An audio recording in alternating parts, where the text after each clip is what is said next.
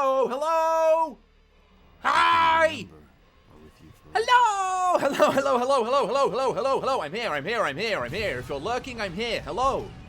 Greetings. Oh, there you are. Hello there, M&S. Hi, welcome. Oh my goodness gracious me. Hello, hello, hello. I am so fucking excited today, guys, for a multitude of fucking reasons. Number one, we're gonna be playing what is quite frankly one of, I don't want to call it like crazy underrated, because I feel like everybody that plays this game is like, wow, fucking Lost Odyssey, that's the shit. But yeah, we're gonna be playing Lost Odyssey today. It's a game that I did a review on. I made part 1 of it, and then I got really sick, so I couldn't finish the video. However, what I wanted to do was play it on stream. So basically, those of you that wanted to experience it, and you know, you may have wanted to see maybe like part 2 or something like that, I wanted to focus on maybe doing it this way. So all of you guys could, you know, you can all see what the game is all about. And number 2, the big reason why we are doing this today is because, as you can see here, look what I see. Look what I see with my eyes. That's right. It's Jess the cat, and she was very brave today. She went to the vets. She did. And she was very, very, very, very brave. However, it was quite the adventure. I'll say that. I don't know why. Whenever actually, no, of course I know why, because it's like fucking horrible. But like, whenever I take Jess to the vets, she completely changes personality. She goes from like this really kind of sassy madam to this really scared little girl, and it makes me really, really, I feel so horrible every time. And it didn't really work out that well today, because there was this really, really, like, I'm not even exaggerating when I say this, but there was this fucking, like, crazy dog in there. There was a dog that was basically snarling. It was being vicious. It was slobbering, not at Jess. It was doing it at the other dogs. But Jess was very scared. Jess was not a fan. So the entire time I'm like, God damn. And then when I bring her in there and get the blood test, I kind of just had to sit down for 40 minutes with Jess on my lap. And it made me really sad again, because, you know, she wants to go home, and I can't bring her home. So it's like, oh, you poor little baby. But that's what we're going to do today, because the vet fees kind of came out of nowhere. So basically, anything that you tip today, so anything that you put into the old tip jar, which, as you can see in the chat with the pinned comment, if you want to leave a tip towards Jess's vet bill, then you can do so by using the tip jar, which is found down below. Not only that, I did actually have I have fucking evidence that my cat went to the vet and had a big fucking blood taken out of her. Let me find it, first of all. But yeah, how are all of you doing, by the way? Whilst I'm scrolling through my crud, how are all of you doing? Lurkers and all. Is everyone doing alright? Is everybody having a good day? 40 minutes is pretty alright. I mean, yeah, true. I guess maybe it's because she's a small creature. Because, my god, she is tiny. Even the vet was like, my god, that's a tiny fucking baby. Yeah, here we go. Wow-wee. Look at that, ladies and gentlemen. It's the receipt. Look. See, I'm not just trying to be a naughty boy. She did indeed go to the vet. And I love that patient, Jess. Yeah, that's my girl. But yeah, you can see here, I did make it a little bit cheaper. I didn't want to be too cheeky and like make it exactly the fucking amount, so I just made it 160 to like make it easier. But yeah. We have thing on screen. Also, one other thing. How is the audio today? Is everything sounding okay? Is the audio on the Xbox, is that doing good? I haven't used Elgato in a while, actually, so it's kind of weird. You doing good? Started going to the gym again? Oh, shit, right. Oh my god, you broke your fucking hand. What the? Oh my goodness. I'm so sorry. That sucks. I done did broke my hand once, and it was really fucking stupid. I think I've told this story like 5 times. But yeah, basically, sorry. Basically, I punched the wall because I was pretending to be a ninja. And I broke my hand like a Muppet. So yeah, that's what happened. And I lied to my friends and said I fell down the stairs. Because I didn't want to pretend I was being Naruto. Because then I would have really got fucking bullied. I didn't want that. Okay, one sec. I'm going to turn the volume up a little bit on my TV. Because there are some great tracks here. And unfortunately, I can't hear nothing. So let me... press the... No! I don't want to watch the cutscene. Okay. Right then, you lot. Who's ready for a magnificent adventure? I am very excited. I like this game a lot. I think it kind of falls off a little bit near the end. But the final boss kind of makes up for it, in my opinion. It's like, oh my god, it's so fucking good. Also, I wanna quickly check my other save file. I'm curious. I want to see last saved game load. I actually want to see how long it was. Oh my, oh wow. Oh, okay, that's actually not as bad as I thought it was. Okay, it was like 50 hours. All right, and Kaim was level 70. That's pretty sick. Oh my god, everyone else is like super weak though. That's funny. Okay, cool. So yeah, that was my my old save file. But we're gonna be doing a new one today for giggles and shits. So let's go, why don't we? 3, 2, 1, go! Alright, fuck yeah. Oh my god, I'm so buzzed. Text speed, yep. Caption, the game audio sounds a bit low. Yeah, I mean, that's the thing. It's weird, right? You'll notice that Lost Odyssey isn't mixed very well. You know, there are multiple times where sometimes characters are speaking and you cannot hear what they're saying. I'm pretty sure when we start the game, like, the music's gonna really kick in. But, ooh! Oh, should we? I think we should go for English voice acting, because the voice actor for Jansen, oh my god, he's so fucking good. Battle cursor save, battle auto input, back row not automatic, back row automatic, yep. Confirmation, music, yep. Good. All right. Jansen is the best. He is a character I used to not like when I was a baby. But now I've grown up, I feel like he's just a sitcom. He's just a sitcom in like a... By the way, get ready for this fucking amazing opening.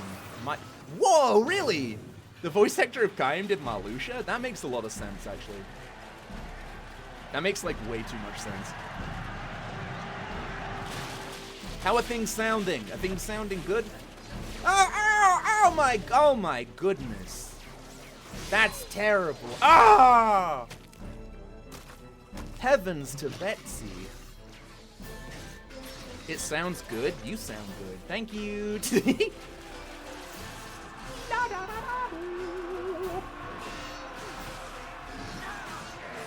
You start, yeah, right, unbiased? Like, I swear to God, the intro of this game goes way too fucking hard. Like, in a good way. It's just, why does the armor make them look like they're wearing a onesie? You have no taste. They are so fucking high fashion. You just can't comprehend it. These helmets look uncomfortable. The guys who are wearing the really long, like, hats with the little red dots in them, those are, I believe they're Beastmen. They are a race which are heavily underutilized in this game. They're kind of referenced. Like, there's this whole civilization of, like, wolf people or something like that, and that's who we're fighting right now. It's a problem with this game, right? I feel like a lot of it, like, it really sets up great world building. Where it's like, wow, look at these cool fucking characters, but they don't really utilize the races that much, right? Like, I feel like a lot of people probably wouldn't even guess that these fellas... Oh, by the way, sorry, this game does something I fucking love. They actually utilize healing magic in war in, like, in like a realistic way, right? I love it. So basically, they have all of their healers on these fucking towers, and then they channel their healing energy, and they send it out. So basically, it's like, okay, they've got these like resurrection things on lock. So what the enemy has to do is take down the towers to get rid of the fucking healers. In my opinion, they should have like covered them in a bubble, maybe. Cause, you know. Ah! It's my boy! It's my boy. It's my boy. It's my boy. It's my boy. Yeah! Oh, he's so fucking cool. Woo! By the way, this is not Daddy. This is Granddaddy. This is a very, very old man, just so you're well aware. Like, this guy is a super fucking grandpa dude.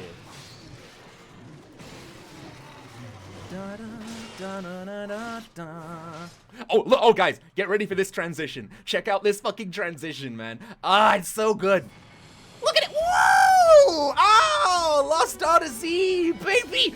That is so fucking sick. I can't even begin. Like, I love it so much, dude. And yeah, whoa, I know. That's what I'm saying. This game is good. It's really good. Oh shit, hang on, I just noticed something. The little donation thingy. It's covering the thingy. Okay, there we go. Yeah, nice. All right, there we go. By the way, I will be reminding, do not forget to use the tip jar if you wish to throw some pennies towards JESS VET BILL. Yes. All right, here we are. Take that. Woo! And then boo! Yeah. But yeah, this is one of those you can't really lose type of battles. You can just enjoy the violence. Is it even on backwards compatible? I'm currently playing this on my Xbox One Series X. It's the only way you can really play this game to its full potential, which I've always found fucking bullshit.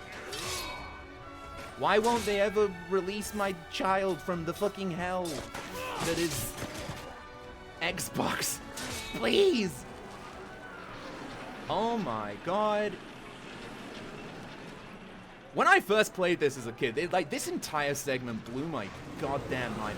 The other thing which is really cool about this game is, for those of you that do not know, Nobuo Uematsu made the music for it. Yeah! So, the Final Fantasy man himself, he teamed up with Hironobu Sakaguchi once again to make the music in this freaking game, and it's really, really good. Oh my god, he has such luscious, kissable lips, I have to say. You can't deny that, right? Like, I feel like you don't even need to wanna like kiss a dude. He just has very kissable lips. Hi-ya! Oh man, I have to like try and navigate this bloody bar. What if I put it like there? You know what? Screw it. We're gonna keep it down there for now. There we go. There we go. Okay. I'm gonna fucking get this one. Damn, Kaim, why have a long face? Because everyone he knows is dead. All of his loved ones are dead. His wife is dead. His daughter's dead. His friends are dead. His family are dead. Everyone's fucked. That's why he's such a sad boy. Ba ba ba ba ba bum. Ba ba ba ba ba. Oh! Oh yeah, no, Kaim has a unique face. I actually like it. I really do. I don't know. He looks unconventional. You know what I mean? Okay. Like, he's handsome, but he's not what you would consider a kind of bishy, you know, handsome anime boy. He's just kind of he looks strange, and I appreciate that, because the whole thing about immortals in this game, they are kind of, well, I mean, I guess they are aliens, so it was Hironobu Sakaguchi after all. He does like his aliens, bless him. Oh, I'm sorry, I forgot, you're supposed to like switch to the other bloody thing. That's what I get for being a silly boy. So then I go for this one, and then we blow it up. Yeah, there we go. Okay, I've got it. I remember. I'm not gonna lose to the tutorial like a fucking goober.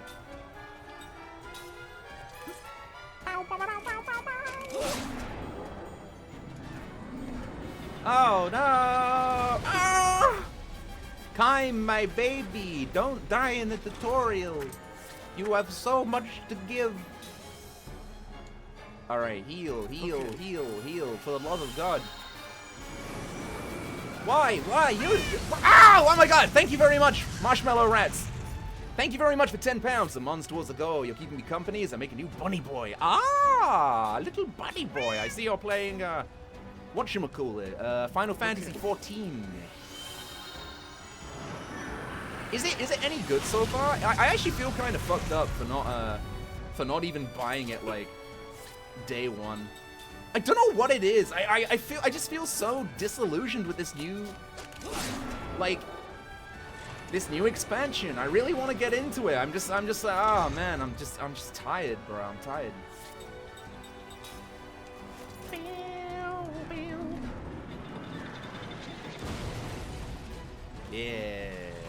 Yeah. Tara Strong voices Seth. Oh, okay, interesting. I guess that makes, like, sense, yeah. Okay.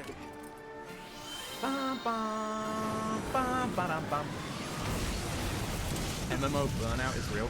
Not even that, I think it's just genuine burnout from 14. Like, I'm being serious, like, I'm still playing RuneScape and shit. Yeah, that's another thing as well, Saragov, yeah, it's like, Endwalker kind of tied things up in a little bow. So I'm, oh, really? Am I that?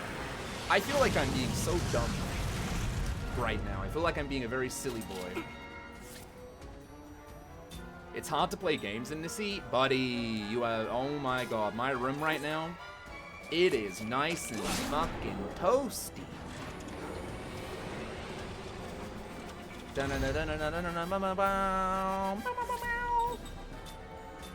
You can tell it's been ages since I played this game because I forgot how good defending is in this game. Defending is like busted. It's really, really decent.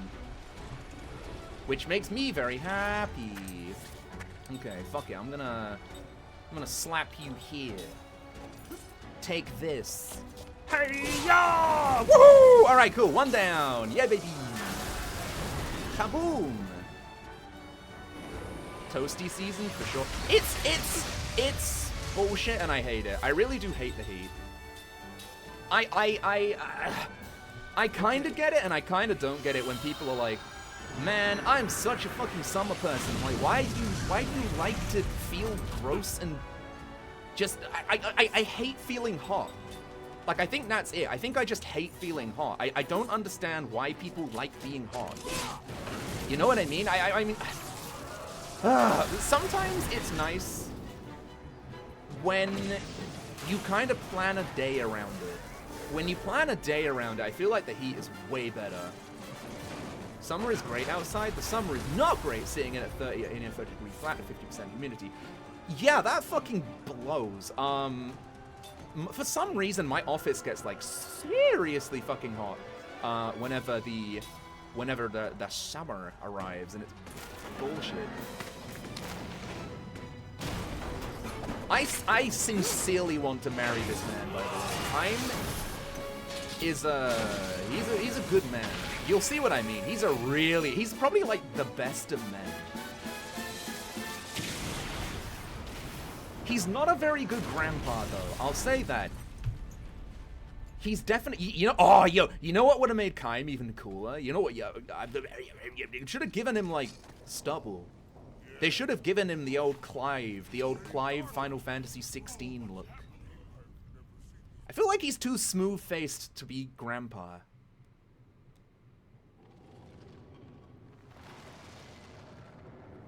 This bit's pretty scary.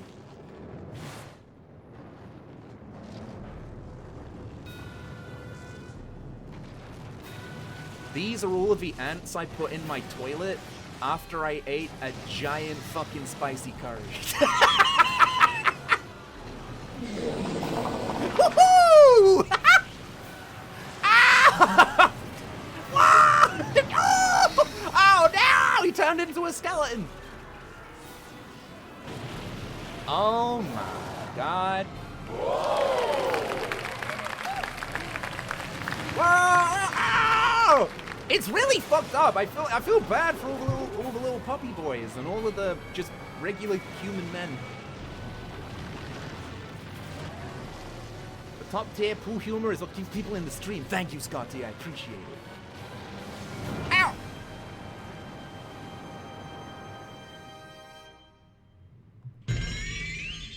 Wow. That was fucking crazy.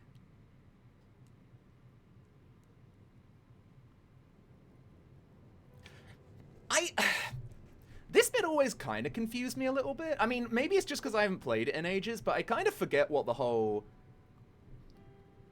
I guess the whole thing where it's like Kaim survives this blast, but it's the thing where it's like, so he can survive this, so he's immortal in not just an age sense, he's also immortal in like a dying sense as well. It's been almost a fucking year since I played it, so I've kind of forgotten.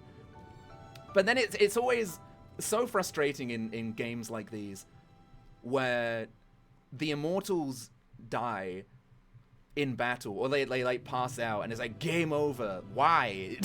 Why? They're immortal. They are fucking immortal, my dudes. They can stand back up after they rest for a couple of days, you know what I mean?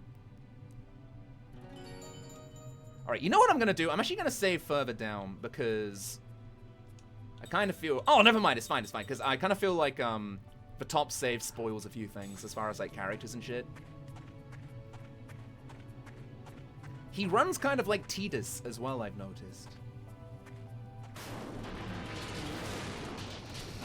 Vendetta, how dare you spell his name wrong? It's not Kaim, it's spelled Kaim, idiot. I'm not really joking.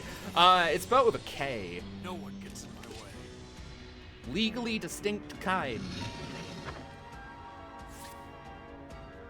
Once the whole team is down, it's easy to chain you up and throw you into the ocean. Yeah, but we're immortal. Just swim. Well, not even just that. I feel like yeah, all right. Shut up. Shut up.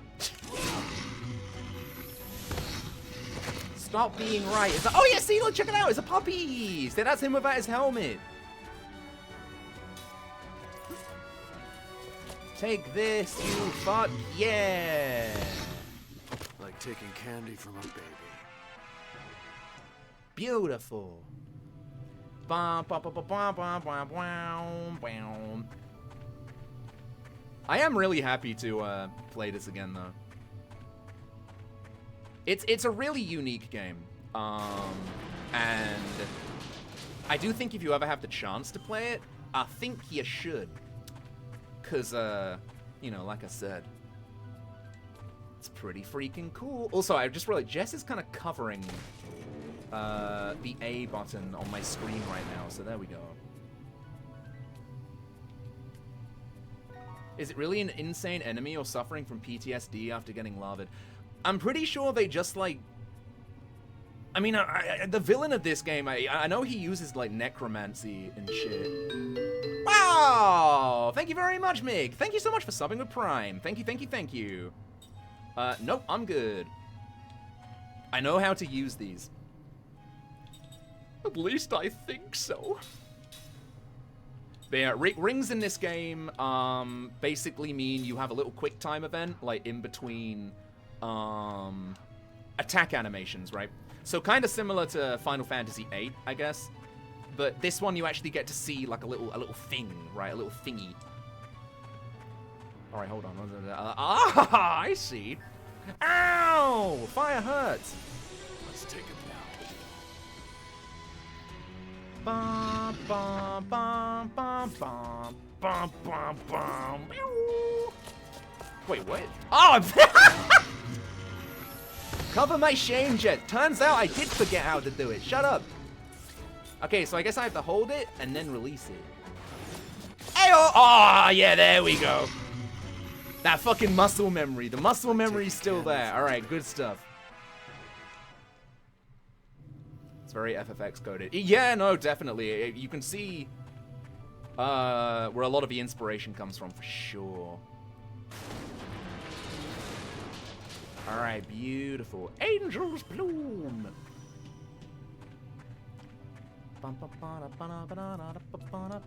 Who here in chat has actually played this, by the way? Who has experienced Lost Odyssey? Maybe in its entirety, I'm not sure. Also, damn, this game holds up so well. It's kind of crazy that it's a, what's the word? It's a 360 game, really. They were pushing the envelope. Never had an Xbox? Oh, wow, Saragoff, you're in for a treat.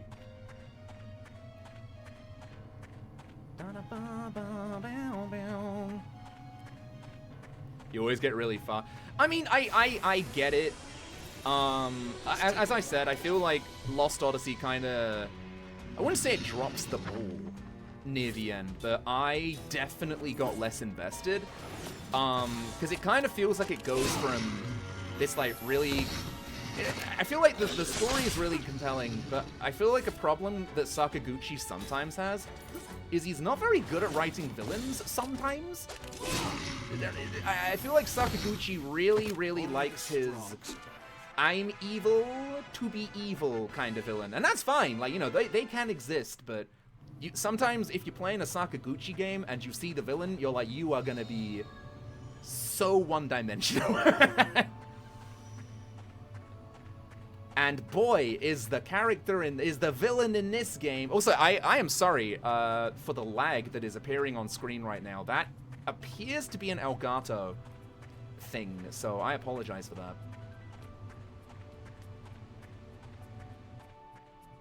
You played Halo at a friend's place? I feel like you lived a life that a lot of people wish they could have had. Playing Halo with the bros, back when it was like brand new. Do you remember playing Halo 3 with the bros for the first time? That shit was amazing. Evil for evil's sake is fun if they revel in it. Correct.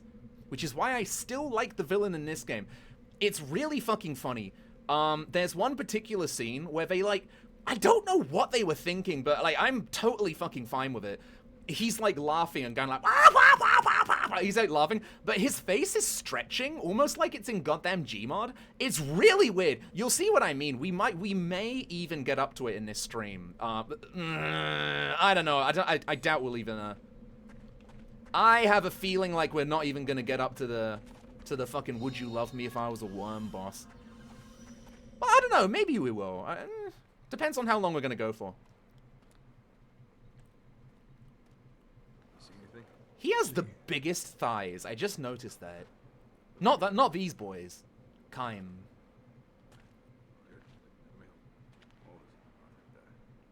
What are they doing?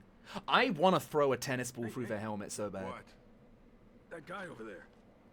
He's still alive. Wow. Huh? Hey, you! Yeah, Kaim does his squats. You alone? What's your name? Your unit? Second Lieutenant Kai Marganar, Commander. Ah, sorry, it's getting in the way of the subs. Hang on. It's a miracle you made it. There you go. This way. Unbelievable. One survivor. Yeah. Amazing he made it out safe. Especially in that outfit. I think there was another thing as well, where there's like this weird kind of prejudice against immortals in this game, but the whole thing is, I get what they were going for, but it's the fact that there are only maybe like 4 or 5 immortals in the world. So it's like, oh my god, Lavik, thank you so much for the fucking sub. Thank you.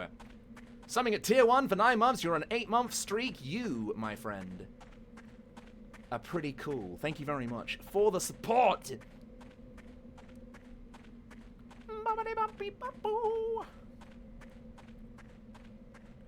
Alrighty, let's go. We're gonna meet Best Girl soon. We're pulling out. Let's move. I'm very excited. Where is she? Where is she? There she is! There she is, there she is, there she is. Best girl, best girl, best girl, best girl, best girl, best girl. Tomboy pirate, tomboy pirate, tomboy pirate. Tomboy pirate granny. That's Officer Seth. Heyo! Katasras, thank you so much for the sub. Just like you. Closing in on that 1 year mark, how goes? I mean, fuck me, that is incredible. Thank you so much. As far as how goes, I'm doing pretty good today. Obviously, I was a little bit like, when Jess had to go in for the vet thing, but other than that, like, it's been fine. I mean, I will be honest, I got maybe half an hour's sleep last night. I don't know whether or not to call it insomnia, because I've been, for the last, I want to say week, I've maybe been getting an hour's worth of sleep at max, and I think I know exactly the reason for it as well. But yeah, like last night I got about half an hour, so I'm running on caffeine and a dream. By the way, whoever designed these carts needs to get fucking fired. They are repulsive.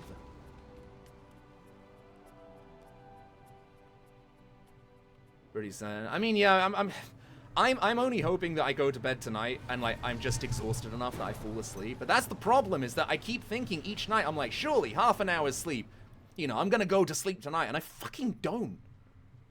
It's bullshit. Here's where you get off, Lieutenant. The Council wishes to hear from a survivor, sir.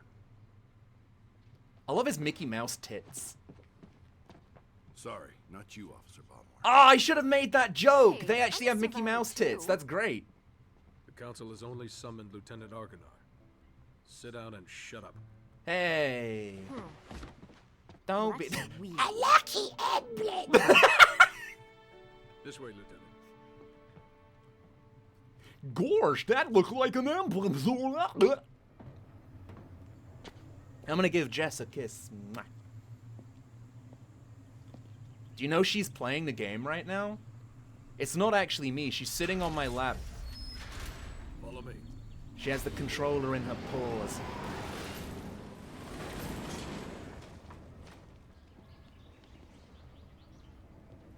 I love the vibe, the aesthetic of this city. It's really, really cool. Hello, Gray Griffin. Here's the thing, though. Am I wrong? The answer is no. By the way, one really cool thing about like Blue Dragon and Lost Odyssey that I really, really respect and appreciate is they really aren't kind to people like me. By that, I mean people with obsessional compulsive disorder. Because basically every barrel in this game, when you kick it, shit comes out of it. And boy howdy, there are so many of these fucking things. On my like first playthrough for the Clemps channel, you know, back when I replayed it, obviously, I forgot about that. And then I was like, oh, for fuck's sake. So I had to like run through the goddamn city, like talking to every barrel in the gosh dang game. But I still like that. I think it's a really nice way of distributing loot while making it fun. And it almost kind of feels like you're discovering a secret, you know what I mean? I love that shit.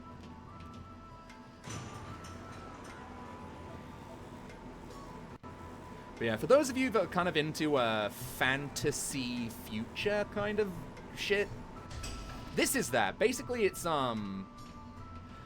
it really is like Final Fantasy X, I guess. You know, it's like, you know how they like the sphere TVs and everything? Like in this world, everyone dresses like they're fucking like a medieval soldier.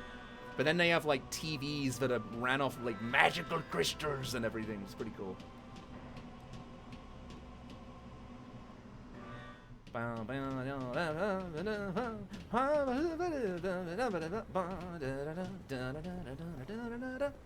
I also appreciate this.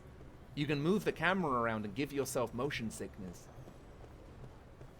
Do they have TikTok? What, Kime? My friend refuses to even give this game a chance because he thinks it's a ripoff of Final Fantasy VII. Is your friend okay? Is your friend good? That always baffles me, is that I've never played this game, but I know for a fact it's a fucking ripoff. Like, what? Hello?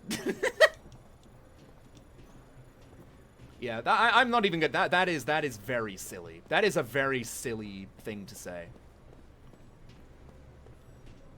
I liked it in Lost Odyssey when Sephiroth came in and took his mummy Genova and ah, gee whiz. I forget what I'm supposed to do now. I think I'm probably supposed to. What about you? Oh, there we go. Okay, cool. Hello. Can you? Oh, well. Ow! Right, I figured. Okay, there we are. How dare this game, which has this, well, not the same director, but, you know, the same creative ideas. I mean, wait, Hironobu Sakaguchi, I know he definitely dipped his fingers into 7. But, like, this is his entire fucking thing. Sakaguchi's entire, he has such a boner for, like, aliens in games. So if you had to convince him some other way, just tell him that, number one, he's, like, wrong. And that's kind of, I just think that's such a weird, weird thing to say. Hey, you're that guy, right? The soldier that can't die. The 17th. Oh, so he's talking. Sorry. They were smack in the middle of the whole highland. Do you see what I mean about the audio mixing? I can't hear shit. I've told him that so many times. He doesn't want to listen. Some people are like that. He sounds like a granddad. Beg your pardon, Lieutenant. He sounds like a granddad being like trying to introduce them into like trying to introduce them to a computer. It's hard to believe that anyone could have survived. No, I don't get it. So I'm trying to tell you. I'm trying to explain it to you. And I'm like, no. Then don't believe it. Kaim is so cool. I love him so much. The council won't like that attitude. He's definitely something. I think that would drive me crazy, actually. I think if I had a friend that was so unwilling to listen to my opinion, I feel like not even like, cause like I feel like sometimes you can listen to an opinion and disagree with it, but I feel like when you're like listening to an opinion and you're like, no, I've fabricated an entire story in my head. It sounds exhausting. I've fabricated this entire backstory for this game that I've never played. It's total fan fiction, but my god, I love the fan fiction that I wrote. It's crazy.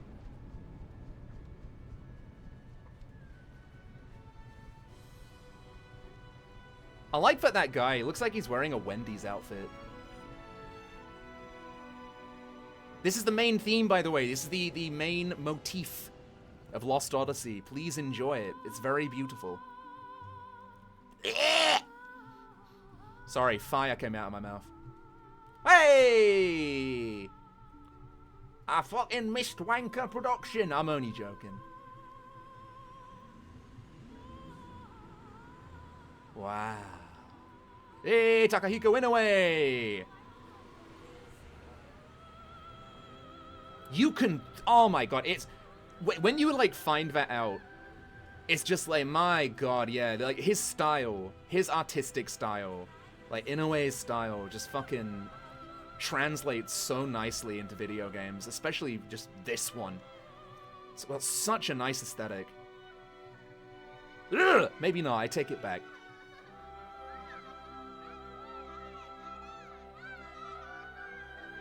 Ha ha ha ha, I love being a child.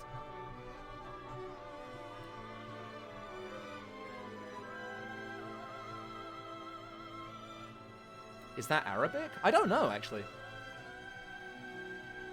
I'm gonna say, maybe it wouldn't surprise me, I guess? Da da ba ba ba ba. Ba ba ba ba. Ba da da da da da.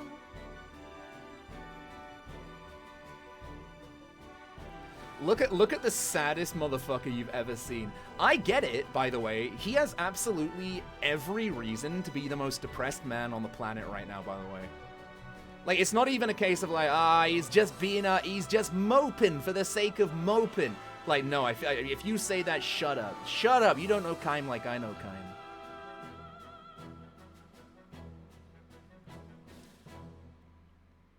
Like, this man has lost everything. He's lost everything, and now he's being fucking puppeteered by this creepy fucking dweeb. A new power manifested itself onto the world. Oh my god, it's a ripoff of Final Fantasy VI. Magic Industrial Revolution. This power came to be called magic energy. Even now, there are none who can explain why this power, a power that merely lay buried within all living creatures, suddenly flourished as it did. Today, this magic energy permeates every corner of the world. It has changed the way people live, transformed the shape of industry. That's crazy. And has even altered the... Wow! M&S, thank you so much for the £10. Thank you very much. Don't forget, by the way, guys, if you want to help support me and the puss, if you scroll down beneath the screen window, you will see a donation thing that looks exactly like that. You can click it and you can send however much you want. Yeah, boy. We've also lost a tremendous number. Holy fucking After suffering sideburns. such a devastating loss. If the Goatsa were to strike now, there would be no Why way we is it could looping? defend Sorry, our country. I'm not even pressing the cat button right now, by the way. I just pressed the cat button. What makes you think that the Goatsa were involved? The Goatsa. We have confirmed that a large amount of military hardware has been moved from Goatsa to Kent. She We really assume looks... Goatsa plans to use Kent to keep things She stirred up she and looks like destabilize I feel like a lot of Hollywood Are you movies do this saying where that like even they the have meteor crash was a goats and weird fly? futuristic fantasy people and all the rich people just look like that. You know what I mean?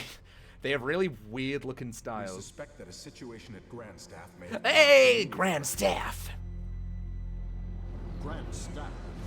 This is not Every the first time we hear stories Grand about Staff, This is I'm not gonna confirmed, press but magic this energy button. may have leaked out of Grand Staff, interfered with something in outer space, and precipitated this disaster.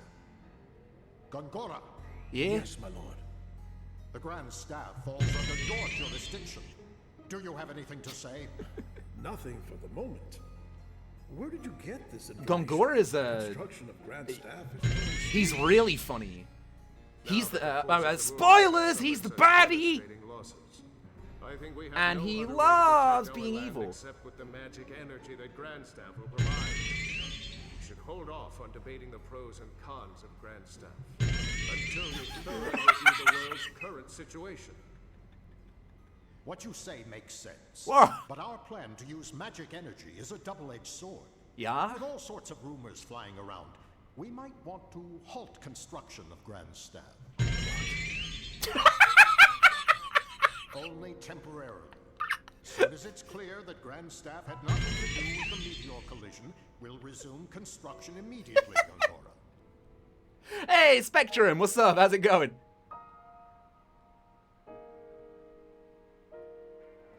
That was so cool. But yeah, one thing I noticed, again, I didn't really notice it when I was a kid, but playing it when I'm all growed up, yeah, they really should have had somebody maybe go over the script a little bit. They say Grand Staff, Grand Staff, so much in this game that it's kind of fucking funny. Oh, this is what I mean, by the way. You know how I said there are all these things and like, you can just miss them? I could have missed kicking this thing and I could have missed a whole shit ton of loot. It's not fair. Oh, wait a minute. Hang on. Whoa, guys, I just realized. Oh my god, if we're playing this game, it means we can do the 1,000-year memories and I can actually like narrate them and shit. Whoa, I don't know why that never crossed my never crossed my fucking mind. But I could do something like that. That's pretty cool.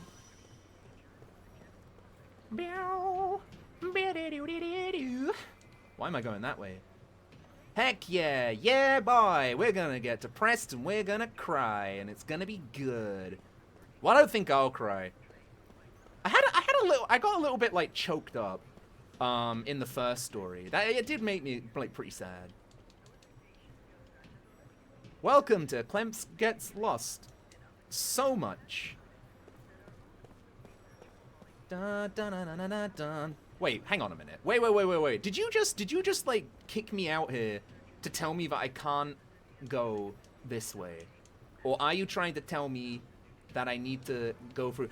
Yeah, by the way, welcome to what I can only describe as the short-term memory loss. I'm sorry. Okay, I actually need to, hang on. Right, where was I going? Where was I going? I know I need to go somewhere. But please go on. Oh, okay, I meant to get on there. Cool. Down I go. The memories get very sad a lot of the time. They sure do. See you later, Mickey Tits.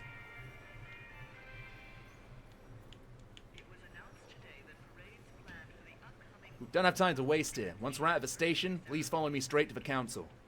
We must get moving, Lieutenant Argonar. It's quite a long way to the council hall. Okay. Dun, dun, dun, dun, dun, dun, dun. Mickey Tits 1 and Mickey Tits 2.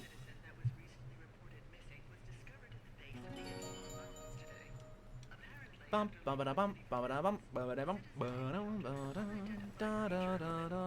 feel like if you press both of like their nipples at the same time, they'd soft reset.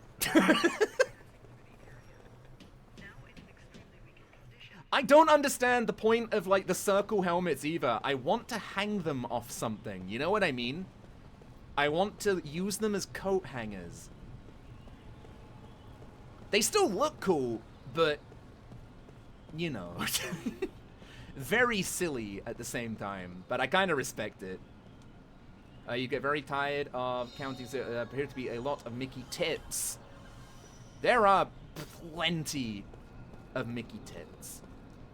Scratch what I said earlier, this looks like Indian Devangari script. Wow, that's pretty cool. How'd you figure that one out?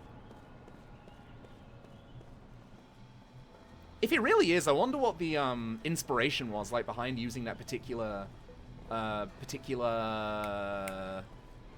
language. What do you call it again? Where it's like text, handwriting, spelling. I'm being stupid. Sorry. Lieutenant Kaya Margonar, we thank you for a job well done. I am Roxia, chairman of the Central. Hello, Roxas. Well, Lieutenant, it seems people are calling you the Immortal. Yeah. I heard there were almost no survivors from. Ow!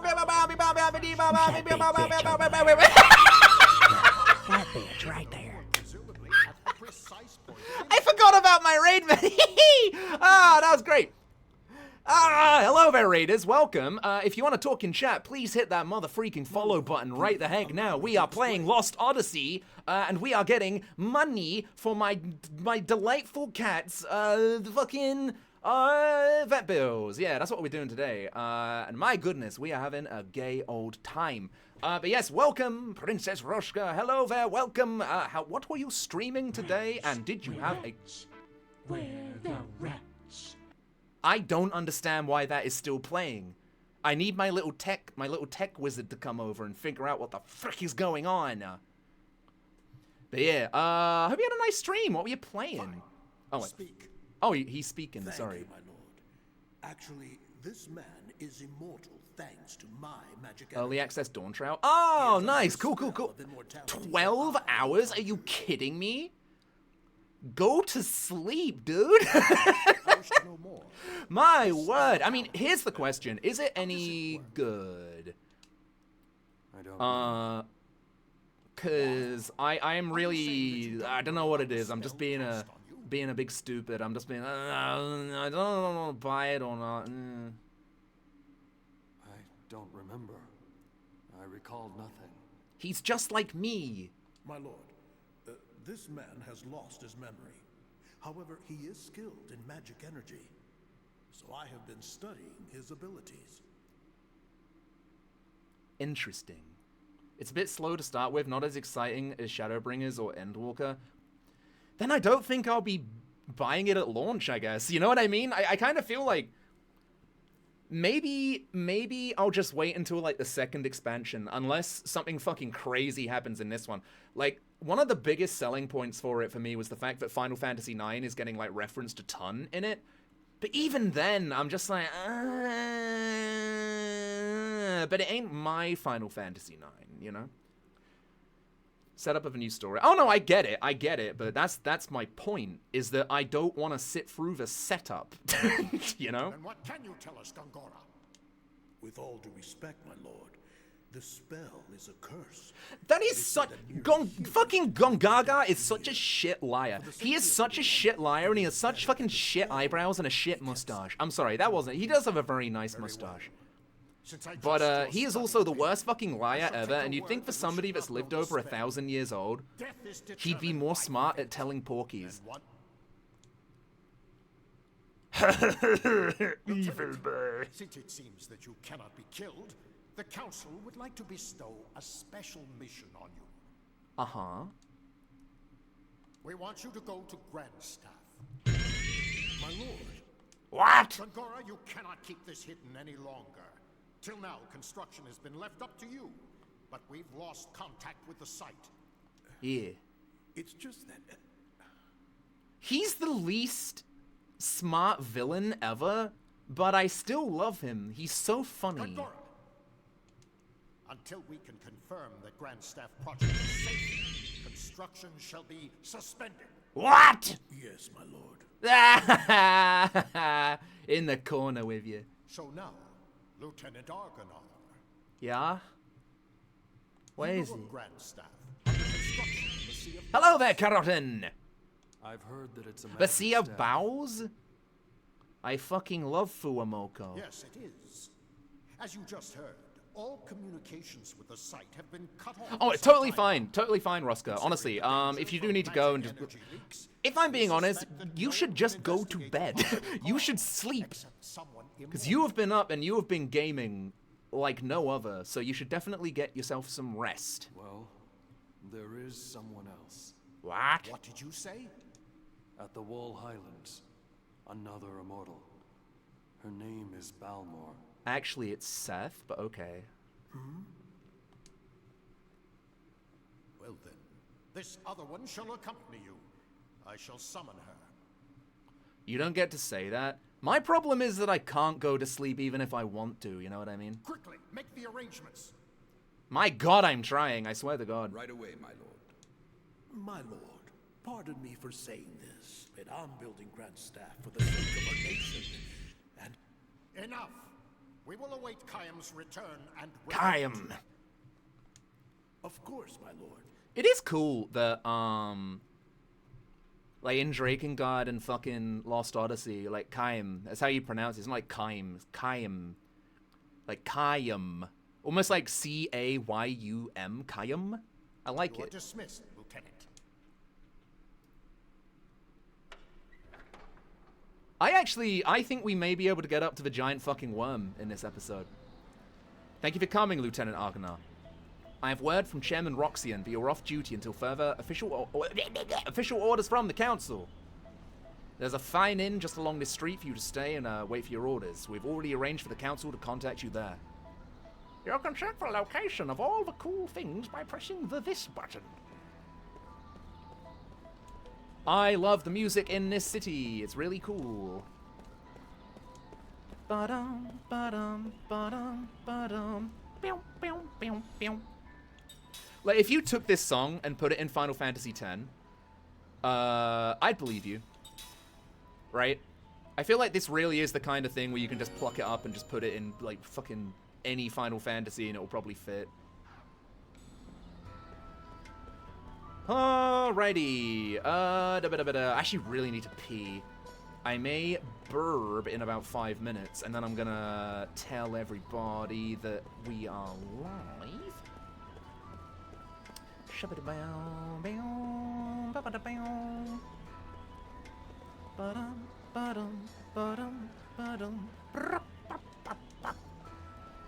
Is there anything down there? Anything there? Ah, the fucking lag! Oh my god, what is going on? Alright, good, we've got some whetstones. Nice, nice, nice. We're actually really, really close to the first memory. So what I was thinking about doing, maybe we'll get up to the first memory and then I'll be right back. It's probably a good time. Barkus's armor and arms, very nice. Love to see it.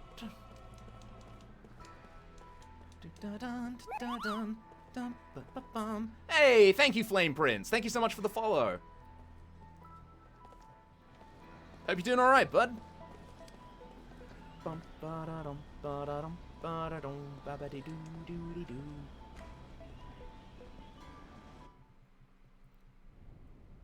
All right. Oh no, no! Hang on. Can I wait? Oh, thank God. Okay, there was an advert. It's fine. There's an ad. This is good. No problem. No need to worry. I'm gonna pause and wait for the ad to be over, and then we will keep going. Hell yeah. Love the game and your YouTube vids. Keep it up. Oh, buddy. Thank you so much. That's so kind of you. Thank you. Honestly, I'm just I've been in a really good mood for the past few days. Actually, do you remember I was saying I was really worried about like money and stuff like that? I may have found myself a part-time. I may have found myself a part-time job. Yeah, so now I have like 2 part-time jobs. I have my Twitch and this new job. And it actually works well with what I already know. So I'm pretty excited to show you what is gonna happen. Yeah, boy. It's definitely. Why am I getting a Spanish ad? I don't know. I don't know. I got itchy face. All right, that's better. But yeah, basically, I don't want to give away too much, but it's. Oh, Clyphon, thank you so much. Hey, thank you guys. I really appreciate that. Thank you very much for the gifts. Thank you. Oh, sorry, 1 second. All right, I'm going to be right back. Don't forget, everybody, if you want to donate a little bit towards Jess's vet fees, you can scroll below the thingy and you will see a little donation button. Feel free to click it. But also, if you don't want to and you just want to hang out and have a good time, it's totally fine. This little thing is probably going to stick here for a few more days. Oh, sorry, I had a little burp. But yeah, anyways, guys, I'm going to be right back. I'm going to piss. And I'm going to retweet the wow, what the, Jesus! Where did that come from? Why is it not working? I don't understand. I don't get it. I don't get it. I don't get why some of those goddamn sounds are still freaking playing. I don't get it. I swear to God, I've muted like everything. Whatever. Go piss, girl. You're so fucking right, bestie. BRB. It's Rodem. Grim Reaping.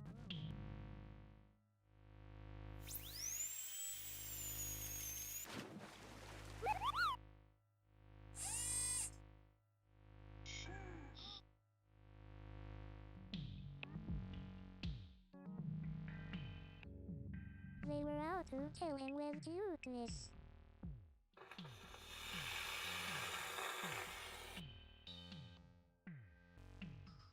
But old Beppe had a secret weapon.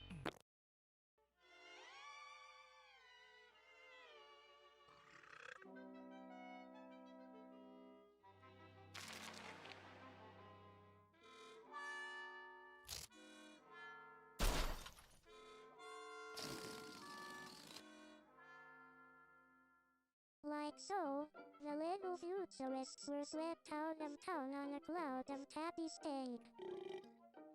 But they left their own odors behind.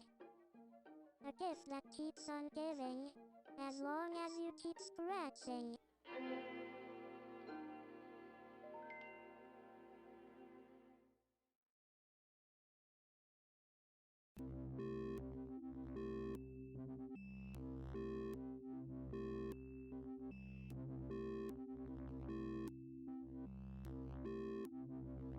At first I couldn't believe my eyes.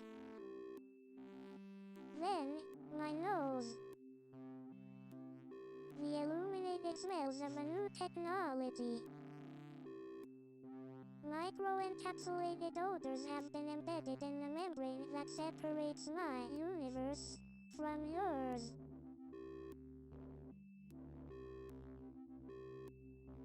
Electronic, synesthetic, scratch and sniff. Try it out. I can already smell it on my side. To smell it on your side, you need to scratch the oval. It won't work unless you really dig in. Don't be afraid to damage the screen. It only works for 0.4% of the adult population. In case it didn't work for you, that oval, when scratched, looks/feels/smells like yesterday's tomorrow. For me, the synesthetic sensations began on the morning I discovered the Italian futurists. They were left on my doorstep, wrapped in green screen swaddling. The cutest little proto-fascists I had ever seen. So I tried to domesticate them. But they were so fast and violent. They defaced my favorite album.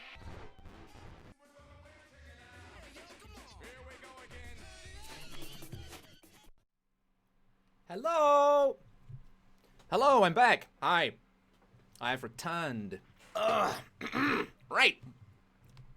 Hey, hello there, Francois. How's it going? Welcome, welcome, welcome to Lost Odyssey. Hello. All right, let's keep cracking. Haha. I propose. Hello there, Marshmallow Rat. From Grand Staff Project. Control transfer. Crem! Hey, buddy, how's it going? My lord. My lord. In addition, until Lieutenant Argonar completes his investigation, I Wow. propose that Gongora be confined to his residence. Hey, Flame Prince! Ah, you fucking legend. Thank you so much. Hey there, bud. Here's a bit for the kitty vet bill. Thank you so much. I have no choice. Jess sends her love. Thank you very, very, very much. I see there are no objections. It is decided. I love your model, by the way. It looks sick. Thank you very much. I'm actually still in the process of trying to get a chibi model. I want it to look fucking nasty. I want it to look fucking foul. You know what I mean? I feel like, I really want to diverge from the... What the fuck? I really want to diverge from the, I guess, what's the word? Because originally I made the design not really thinking it was that cute. I kind of wanted him to be scrungly. But I want to go even further away from cute. I want to look like a fucking nasty bowl of slime. I want to look like I came fresh out the fucking toilet. That's what I want to look. I think it'd be great. It'd be very funny. Welcome. The counselors told me about you. Please enjoy your stay. As Kai slips into deep sleep, Wow. his dream unfolds. A dream or his past. Oh my god. This moment, there is no Oh yeah, this bit's fucked. he could know. Yeah, I forgot about this. This actually, I feel like, as far as, like, things a villain does, like what fucking Gongaga does to Kaim and his family. It's like, what the fuck, dude? Look at this emotion. Look at this. Look at this. I love this like first-person camera. You see him like clawing the fucking ground in despair. It's so good. Oh man, this bit is like so well done.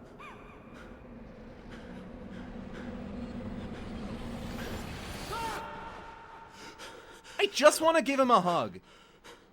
I just want to give him a fucking hug. Like, look at this. Look at this. Look at this. The way his shaking hands just softly go to his head. He's so tired. Like, it's just it's not even 1,000 years. He has to live the rest of his life with this fucking trauma. It's why I feel so bad for Kaim, man. Have you considered that Gongaga did it because it was funny, though? Fair enough. I actually forgive them now. Also, hey, Krem, thank you so much. Here's 50KR for Precious Jess's bills. She's been a beacon of love for years. You are so sweet, buddy. Thank you so much. Like, seriously, thank you. He seemed pretty scary in the intro. That's because he's being controlled by Gong Giggles. Kaim recalls a memory that was locked deep within his heart. A dream has been revealed. Oh, fucking hell, here we go. I already read this one on the channel, but I'm going to do it again. The family members have tears in their eyes. Why am I saying it so, like... I'm saying it like, the family members... No, I should really be taking this very seriously, because it is a very serious, sad story. So let's... I just keep hearing meowing now. The family members have tears in their eyes when they welcome Kaim back to the inn from his long journey. Thank you so much for coming. He understands the situation immediately. The time for departure is drawing near.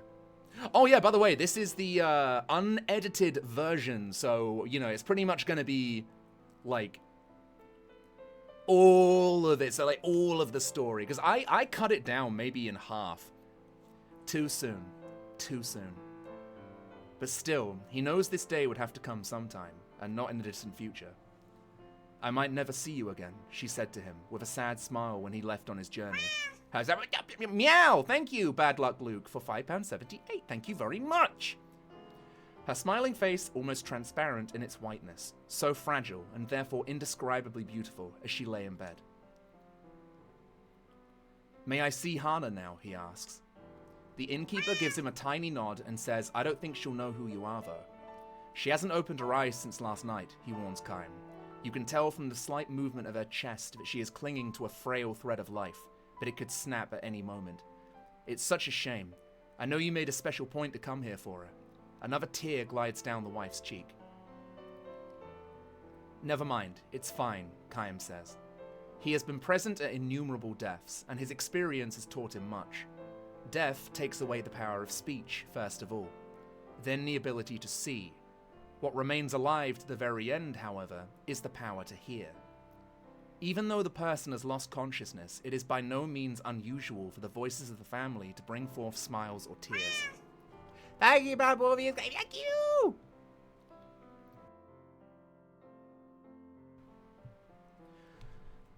Where is it? Okay. Kaim puts his arms around the woman's shoulder and says, I have lots of travel stories to tell her. I've been looking forward to this my whole time on the road. Instead of smiling, the woman releases another large tear and nods to Kaim. And Hana was so looking forward to hearing your stories. Her sobs almost drown out her words. The innkeeper says, I wish I could urge you to rest up from your travels before you see her, but... Kaim interrupts his apologies. Of course, I'll see her right away. There is very little time left. Hana, the only daughter of the innkeeper and his wife, will probably breathe her last before the sun comes up. Kaim lowers his pack to the floor and quietly opens the door to Hana's room. Hana was frail from birth. Far from enjoying the opportunity to travel, she rarely left the town or even the neighborhood in which she was born and raised. This child will probably not live to adulthood, the doctor told her parents. To this tiny girl with extraordinarily beautiful, doll-like features, the gods had dealt an all-too-sad destiny. That they had allowed her to be born the only daughter of the keepers of a small inn by the highway was perhaps one small act of atonement for such iniquity. Hana was unable to go anywhere, but the guests who stayed at her parents' inn would tell her stories of the countries and towns and landscapes and people that she would never know. Whenever new guests arrived at the inn, Hana would ask them, Where are you from? Where are you going? Can you tell me a story? She would sit and listen to their stories with sparkling eyes, urging them on to new episodes with, and then, and then. When they left the inn, she would beg them, please come back and tell me lots of stories about faraway countries. She would stand there waving until the person disappeared far down the highway, give one lonely sigh, and go back to bed.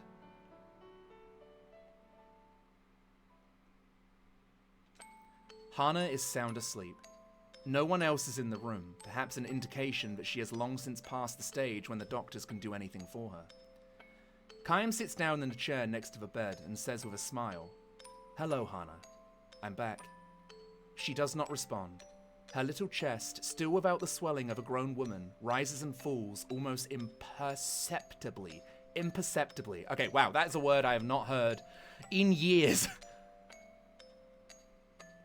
"I went far across the ocean this time," he tells her. "The ocean on the side where the sun comes up. I took a boat from the harbour way, way, way far beyond the mountains you can see from this window. And I was on the sea from the time the moon was perfectly round till it got smaller and smaller, and then bigger and bigger until it was full again. There was nothing but ocean as far as the eye could see, just the sea and the sky. Can you imagine it, Hana? You've never seen the ocean, but I'm sure people have told you about it. It's like a huge, big, endless puddle." Chaim chuckles to himself, and it seems to him that Hana's pale white cheek moves slightly. She can hear him. Even if she cannot speak or see, her ears are still alive. Believing and hoping this to be true, Chaim continues with the story of his travels. He speaks no words of parting. As always with Hana, Chaim smiles with a special gentleness he has never shown to anyone else, and he goes on telling his tales with a bright voice, sometimes even accompanying his story with exaggerated gestures. He tells her about the blue ocean. He tells her about the blue sky. He says nothing about the violent sea battle that stained the ocean red. He never tells her about those things. Hana was still a tiny girl when Chaim first visited the inn. When she asked him, "Where are you from?" and "Will you tell me some stories?" with her childish pronunciation and innocent smile, Chaim felt a soft glow in his chest. At the time, he was returning from a battle. More precisely, he had ended one battle and was on his way to the next. His life consisted of traveling from one battlefield to another, and nothing about that has changed to this day. He's taken the lives of countless enemy troops and witnessed the deaths of countless comrades on the battlefields. Moreover, the only thing separating enemies from comrades is the slightest stroke of fortune. Had the gears of destiny turned in a slightly different way, his enemies would have been comrades and his comrades' enemies. This is the fate of a mercenary. He was spiritually worn down back then and feeling unbearably lonely. As a possessor of eternal life, Chaim had no fear of death, which was precisely why each of the soldiers' faces distorted in fear, and why each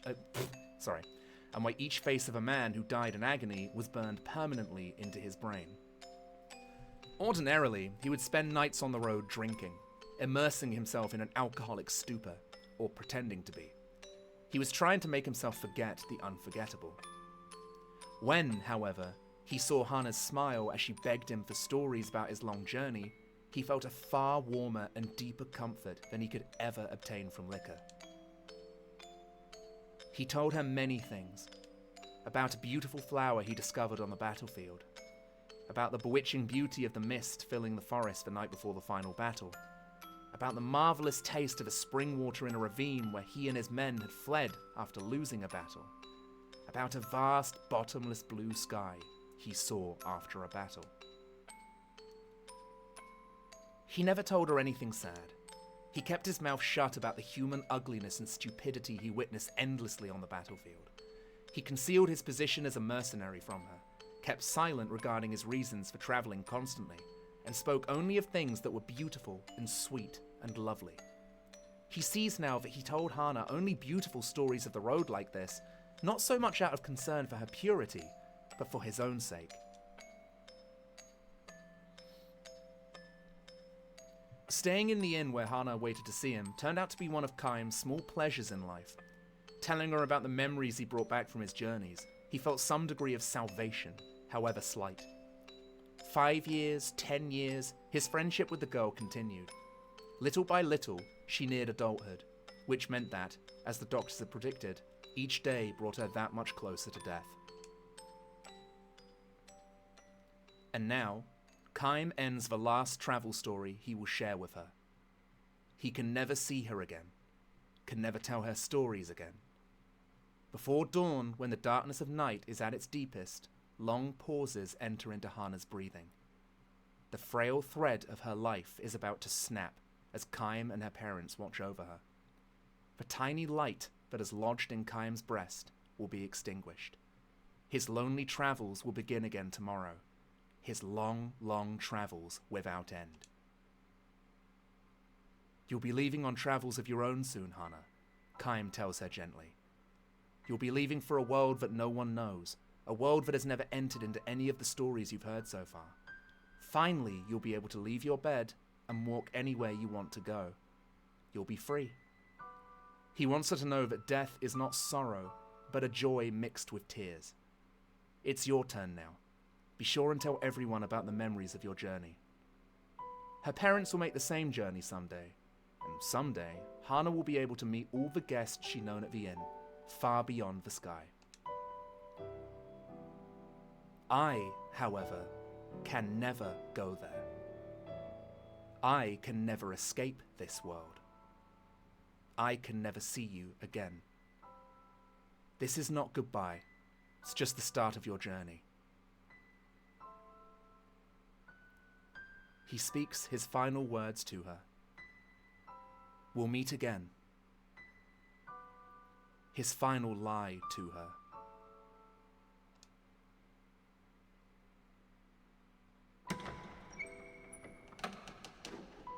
Hana makes her departure.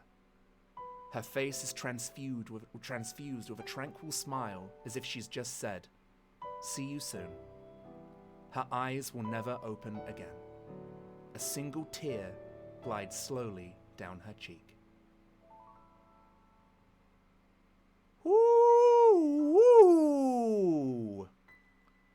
And that's the first one. We have many other of these, and they are all very sad. I was kind of getting choked up. I feel like reading it out loud really kind of changes things, I guess. But yeah, no. Hope you enjoyed that, as sad as it is. I think it's very, very good. Very, very good. Also, hello there, lamb. Hello, how was the comey?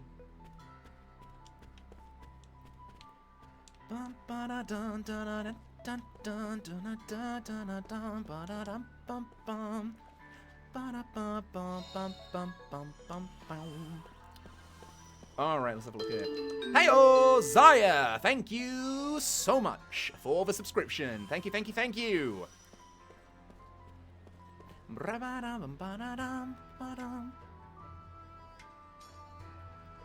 Alrighty. Okay, gotcha. Oh, now we get to I think we're introduced to Best Boy.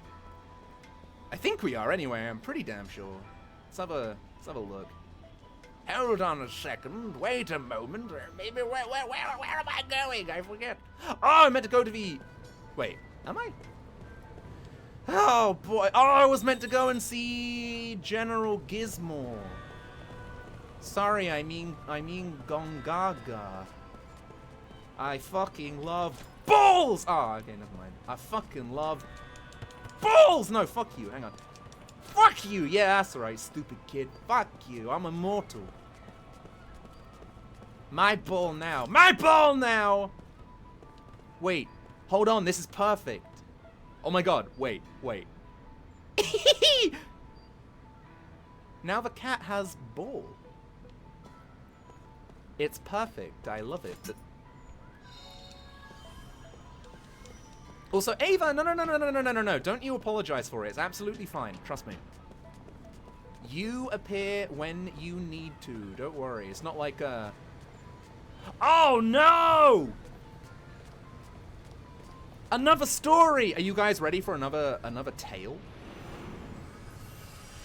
So, fun fact, I actually never read this one in my last playthrough. I kind of selectively chose what stories I would read. So, are you guys ready for another story? I'm gonna quickly mute as I blow my nose. One moment.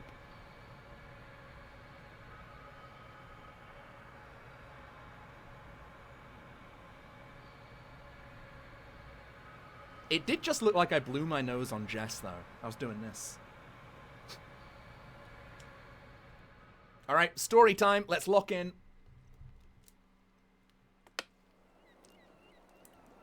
White flowers. Lovely white flowers mark the town. They bloom on every street corner, not in beds or fields set aside for their cultivation, but blending naturally and in profusion with every row of houses, as though the buildings and the blossoms have grown up together. The season is early spring and snow still lingers on the nearby mountains, but a stretch of ocean that gently laps the town's southern shore is bathed in refulgent sunlight. This is an old and prosperous harbour town. Even now, each day its piers see many cruise ships and freighters come and go. Its history, however, is sharply divided between the time before and the time after an event that happened one day long ago. People here prefer not to talk about it. The watershed engraved upon the town's chronology. The memories are too sorrowful to make stories out of them. Kaim knows this, and because he knows it, he has come here once again. Passing through, the tavern master asks him. At the sound of his voice, Kaim responds with a faint smile. You're here for the festival, I suppose. You should take your time and enjoy it. The man is in high spirits. He's joined his customers in glass after glass until now and is quite red in the face, but no one shows any sign of blaming him for overindulging.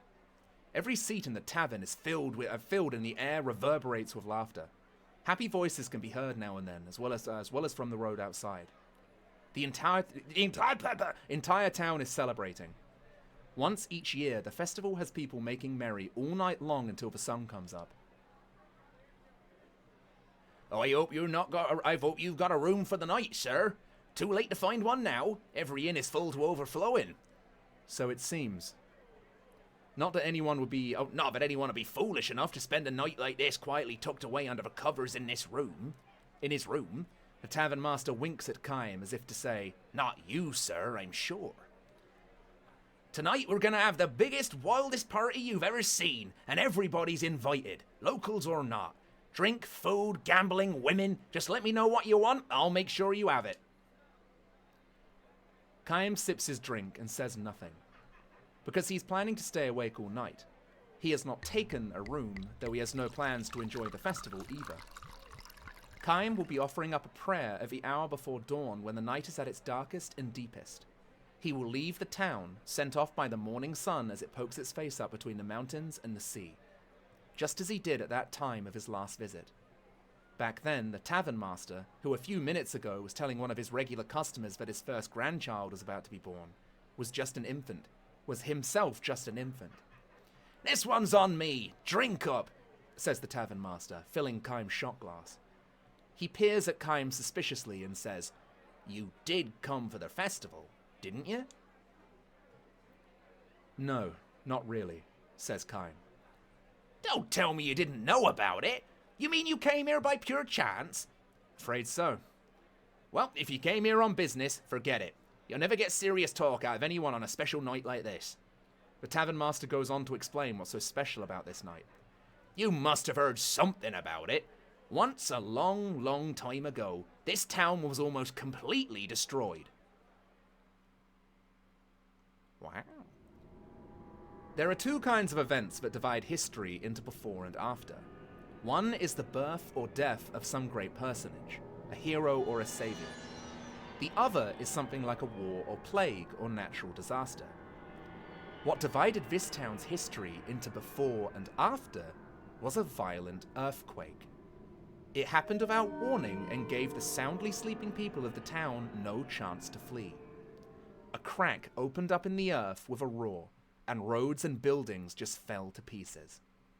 Fires started, and they spread in the twinkling of an eye. Almost everyone was killed. You probably can't imagine it. All I know is what they taught me in school. And what does Resurrection Festival mean to a kid? It was just something that happened once upon a time. I live here and that's all it's meant to me, so a traveller like you probably can't even begin to imagine what that's like. Is that what they call this holiday? Resurrection Festival. Uh-huh. The town was resurrected from a total ruin to this. That's what this celebration is all about. Chaim gives the man a grim smile and sips his liquor. What's so funny? The tavern master asks. Last time I was here, they were calling it Earthquake Memorial Day. It wasn't a festival for this kind of wild celebrating. What are you talking about? It's been the Resurrection Festival ever since I was a kid. That was before you were old enough to remember anything. Huh? And before that, they called it Consolation of the Spirits. They'd burn a candle for each person who died and pray for them to rest in peace. It was a sad festival. Lots of crying. You sound as if you saw it happening yourself. I did. The tavern master laughs with a loud snort. You look sober, but you must be plastered out of your mind. Now listen, it's festival night, so I'm going to let you off the hook for pulling my leg. But don't say stuff like that in front of the other townspeople. All of our ancestors, mine included, are the ones who barely escaped with their lives. Chaim knows full well what he is doing. He never expected the man to believe him. He just wanted to find out for himself whether the townspeople were still handing down the memories of the tragedy. Whether, deep down behind their laughing faces, there still lingered the sorrow that had been passed down from their forefathers' time. Called away by one of his other customers, the tavern master leaves Chaim's side, but not without first delivering a warning. Be careful what you say, sir. That kind of nonsense can get you in trouble. Really, think about it. The earthquake happened all of 200 years ago. Chaim does not answer him. Instead, he sips his liquor in silence. Among the ones who died in the tragedy 200 years ago were his wife and daughter. Of all the dozens of wives and hundreds of children that Chaim has had in his eternal life, the wife and child he had were especially unforgettable. In those days, Chaim had a job at the harbour. There were just the three of them, he, his wife, and their little girl. They lived simply and happily. The same kind of days that had preceded today would continue on into endless tomorrows. Everyone in town believed that, including Chaim's wife and daughter, of course. But Chaim knew differently, precisely because his own life was long without end and he had consequently tasted the pain of countless partings. Chaim knew all too well that in the daily life of humans there was no forever.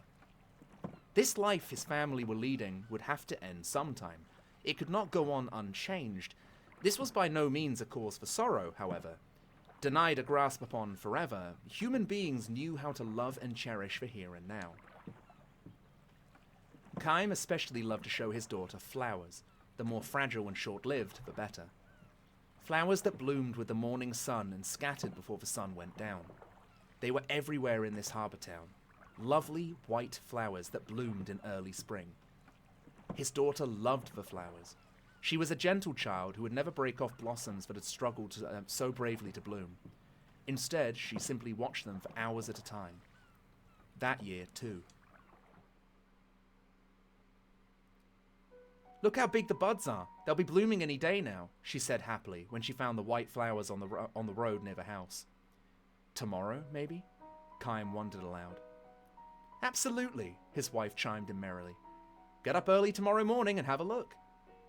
Poor little flowers, though, said the daughter. It's nice when they bloom, but then they wither right away. All the better, said Chaim's wife. It's good luck if you get to see them blooming. That makes it more fun. It may be fun for us, answered the girl, but think about the poor flowers. They work so hard to open up, and they wither that same day. It's sad. Well, yes, I guess so. A momentary air of sadness flowed into the room, but Chaim quickly dispelled it with a laugh. Happiness is not the same thing as longevity, he proclaimed. What does that mean, Papa?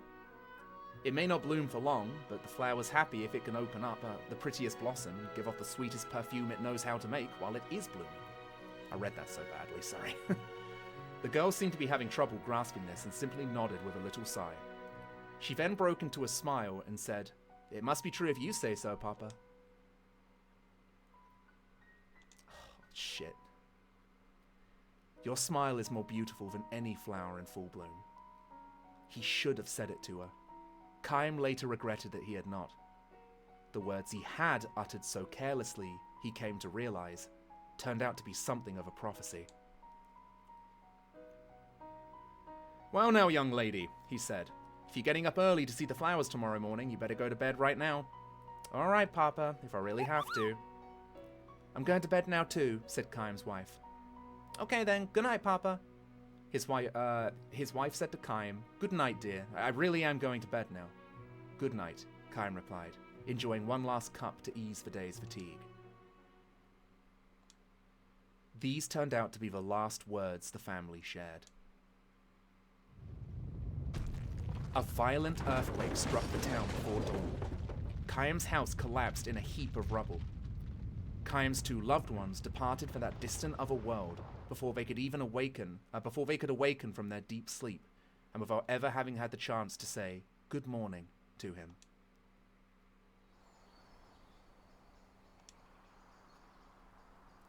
The morning sun rose on a town that had been destroyed in an instant. Amid the rubble, the flowers were blooming. The white flowers that Chaim's daughter had wanted so badly to see. Chaim thought to lay a flower in offering on his daughter's cold corpse, but abandoned the idea. He could not bring himself to pick a flower.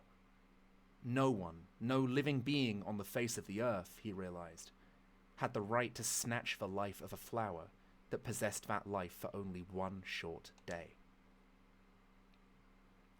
Chaim could never say to his daughter, "You go first to heaven and wait for me.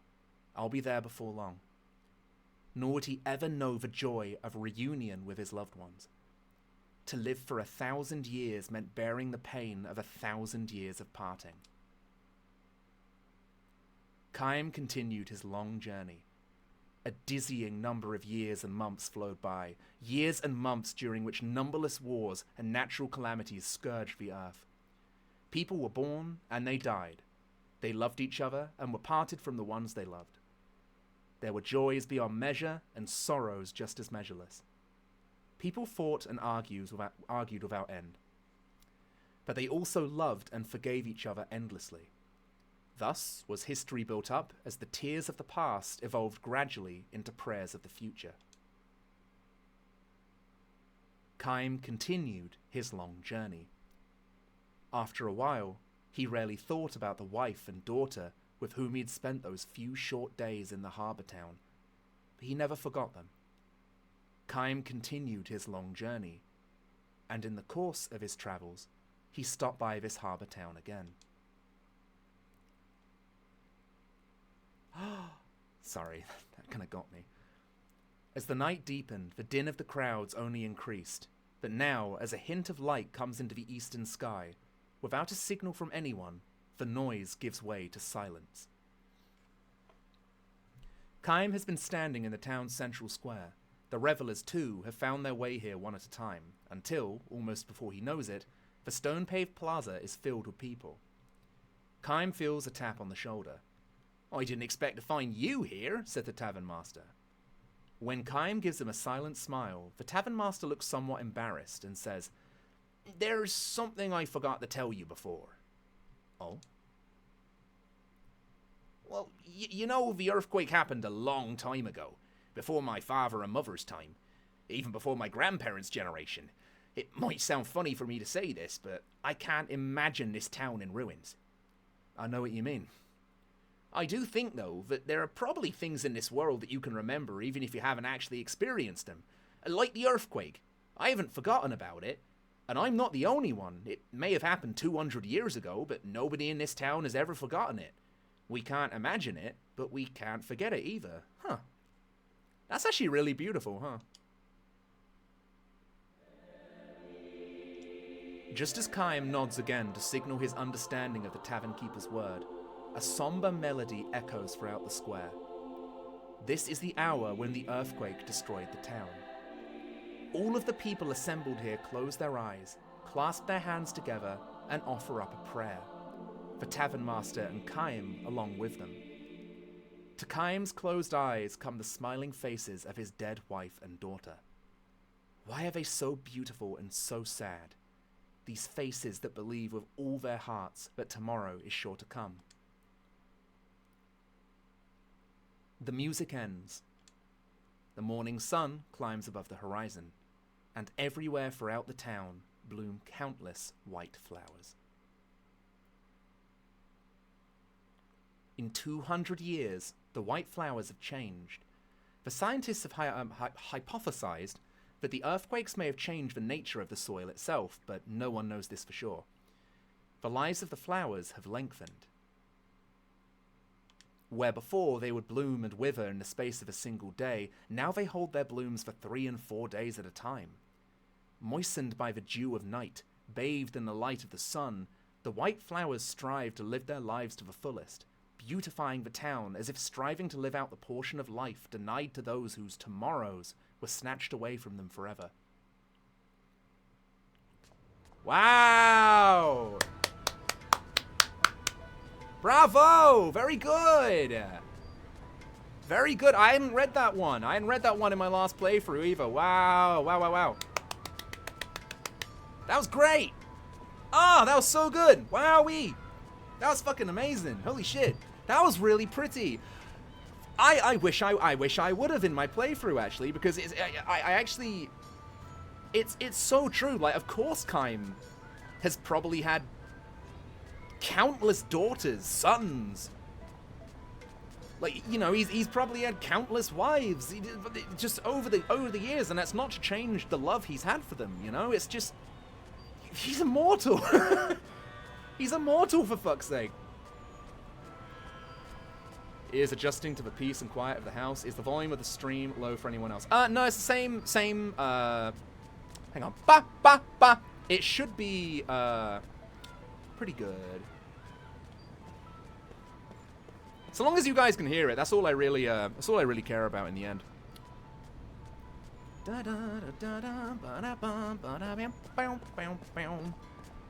The music is overpowering your voice a bit. Ah, I wish you guys would have told me sooner. There we go.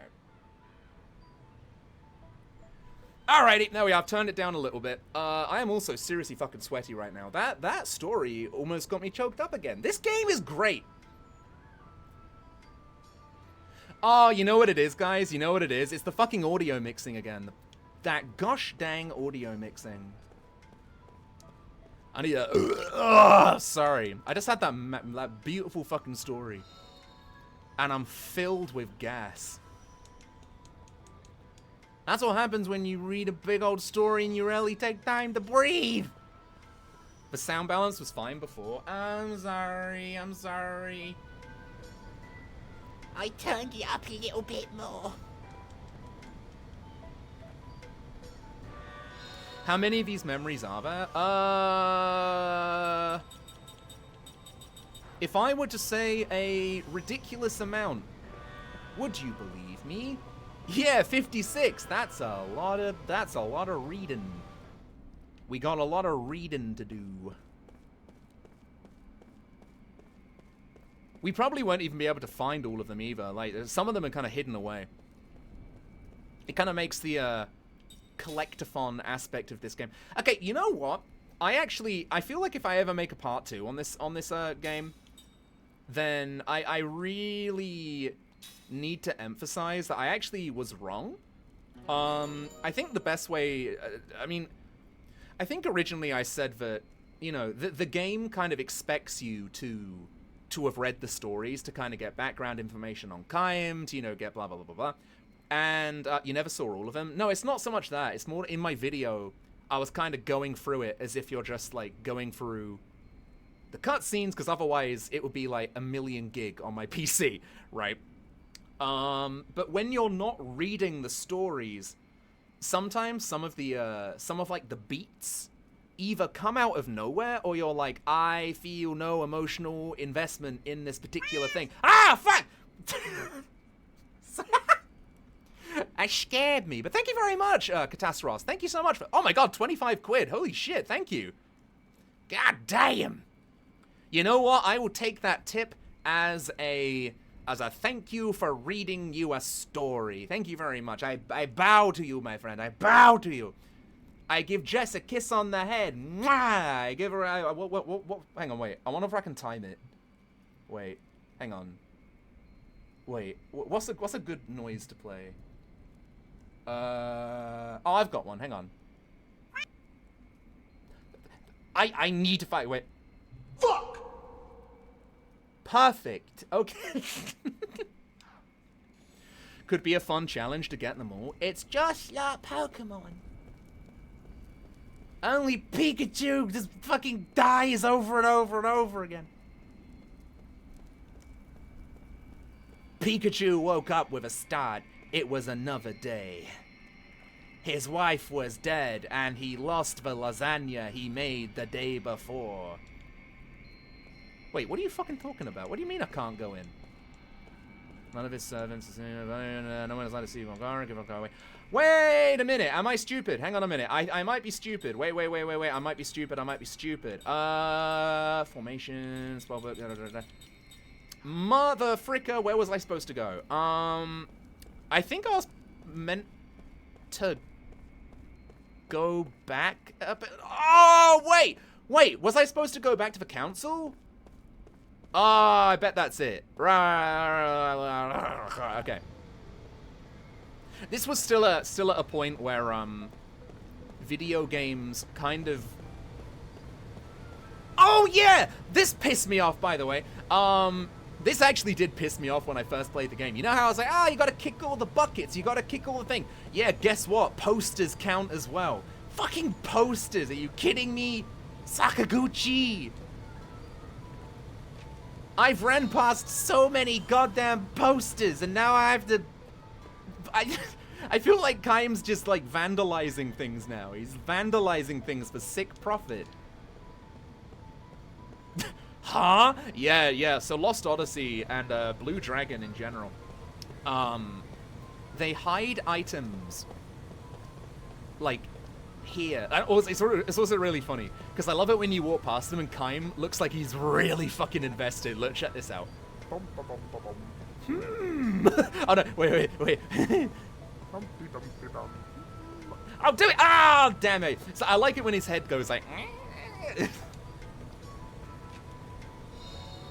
Yeah, are you liking what you see? That's right, lady. I'm vandalizing, and no one can do nothing to stop me. I was gonna say, I feel it is quite funny to me that Kaim has lived 1,000 years, and he's just walking around kicking bins. I'm like, that is probably what you would do. Yo, Shannara, you should tell your mate that. You should go, would Cloud Strife kick a fucking bin to get sick loot? Didn't think so. By the way, introducing man with more than likely the best fucking voice acting in an RPG. From what I've heard, like from my research, the voice actor of Jansen improvised quite a lot of his lines, actually. Which I think is really, really fucking cool. It's why a lot of his they sound so natural. Why are you following me? You're Kaim Argonar. I mean, Yeah, it's very impressive. It's very... I mean, obviously, like, you know, a lot of it is scripted, but you can tell when he kind of goes off script. Also, hello there, Kaina. Hi. to tell you. By the way, it's... Did you see the love heart appear out of Jansen's head? It looked like he was really into what Kaim was just doing. At your service.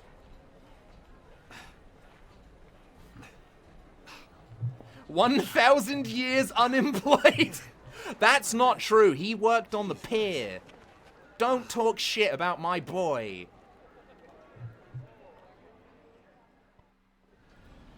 I love that cutscene. It's I love Jansen. Yeah, I used to hate him. I used to think he was really fucking annoying. But this was when I was a teenager, and I thought that, like, drinking alcohol made you a bad person. I was, like, fucking young, right? I was like, I don't need alcohol to live. I can get high on life. And then I grew up and realized that the world is fucked and that you kind of need drugs and alcohol to get through. Half joking.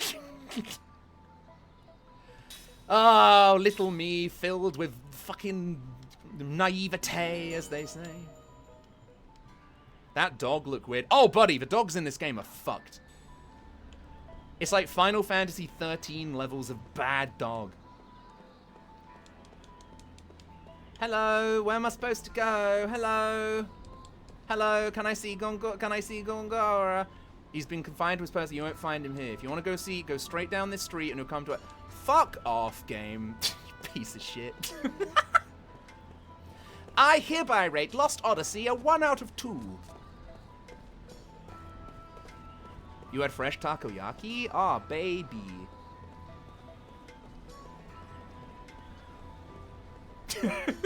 I can get high on life, and then young Zeke realized that you can get high on weed instead. Boy howdy, the day I discovered that, you know, feels pretty good. I was like, oh no! Oh, gee whiz. This thing feels pretty nice, actually. Oh no! Also, I like the name of this city, Ura. It sounds like a British person celebrating. Ura! Kick it in the goal. Kick it in the goal. Not your goal. No, not our goal. Your goal. Kick it in the goal. Hoorah! I was singing the song of my people. What's the other song of my people? Oh yeah, God save our gracious queen. Wait, fuck. Oh, Lord Tolton! This fucking nerd.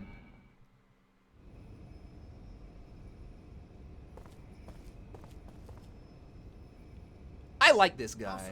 Is going too far. I have firmly opposed Roxy. He's annoying for like the first half of the game, but he does get a good arc. Thank you, Your Majesty. It is much more than I could have asked. Your father would have been pleased. I could never fill my father's shoes.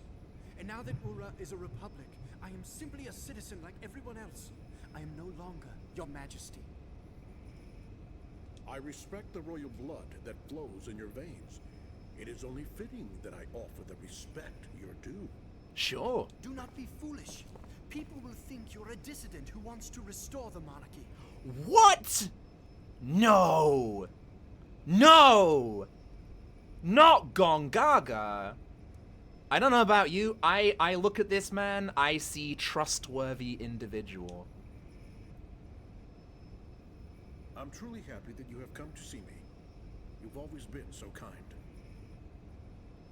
You taught me the rudiments of magic. I cannot help but be kind to you in return. Sure. I cannot understand Roxian. I believe he intends to stop work on Grand Staff. He looks very good. Gongora. Good boy. Our entire nation has benefited from magic energy, yet he does not understand the significance of Grand Staff. If we can increase magic energy with Grand Staff, just think how much better our people's lives would be.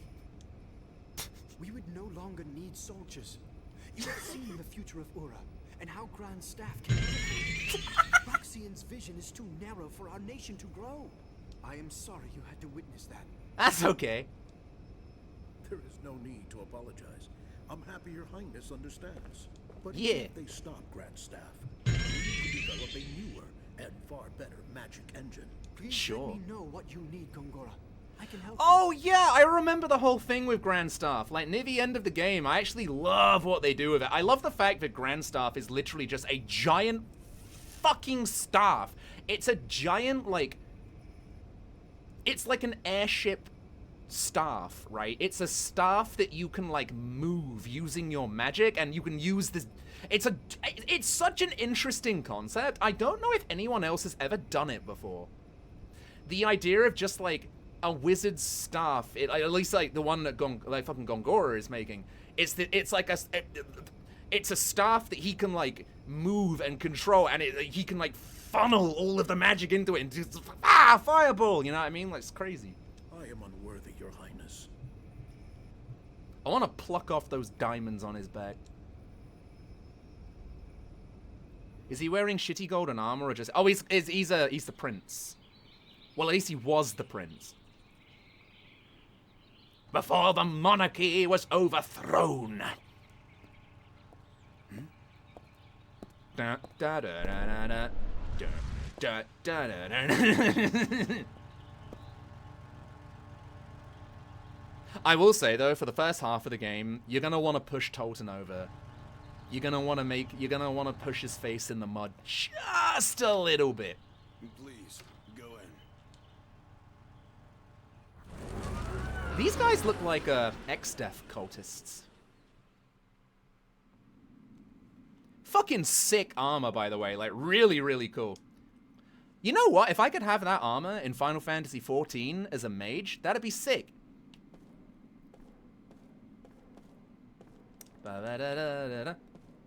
Hang on, wait, let me... Is there music playing in this place? I can't really hear it. If there is music playing in this place, does it sound evil? Does it sound menacing to you?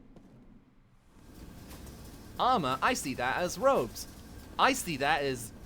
Shut up, Lamp. Guess what? In video game, what do you call robes? You call it armor. You go to your equipment, it's called armor. Fuck you, you barrel. Talking to this barrel. Wait a minute. Whoa! Hold on.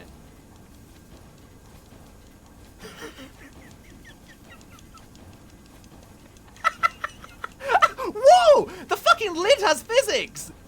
What the fuck? That's so weird! Huh. Whoa!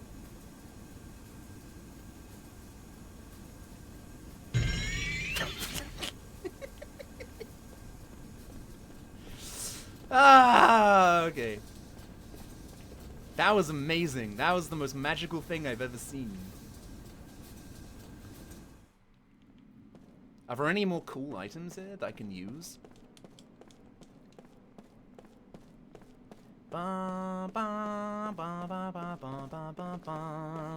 Also, by the way, guys, if I'm being honest, I wasn't really expecting to hit the 60, to even reach the 60 quid mark today.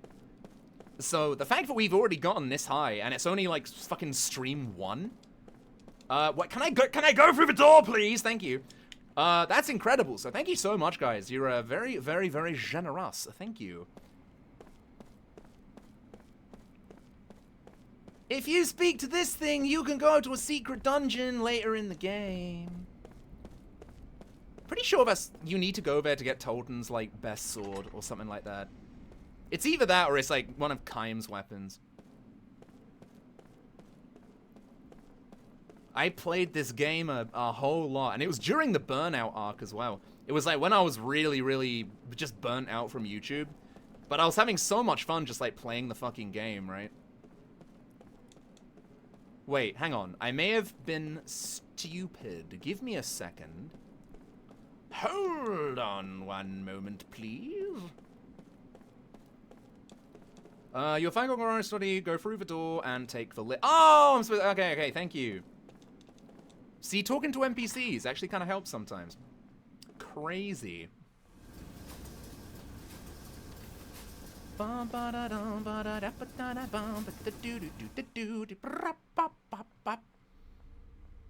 There he is! There he is! There he is. That woman.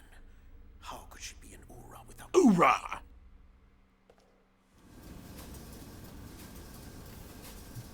Oh, that was a cool cutscene. I'm glad we watched it. Maybe by playing the game, you can rekindle some of the passion to start on part 2. I don't know. I don't know. YouTube's difficult, man. Getting back into YouTube is going to be difficult. I really need to do the stuff that I have planned this year before I do that. It's like breaking past the barrier, you know what I mean?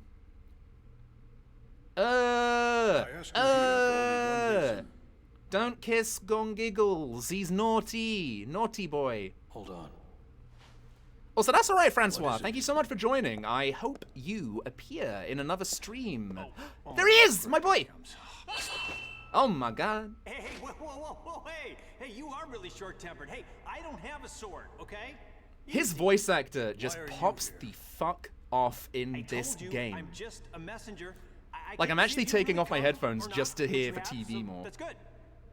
That's enough, Kime. He's on our side.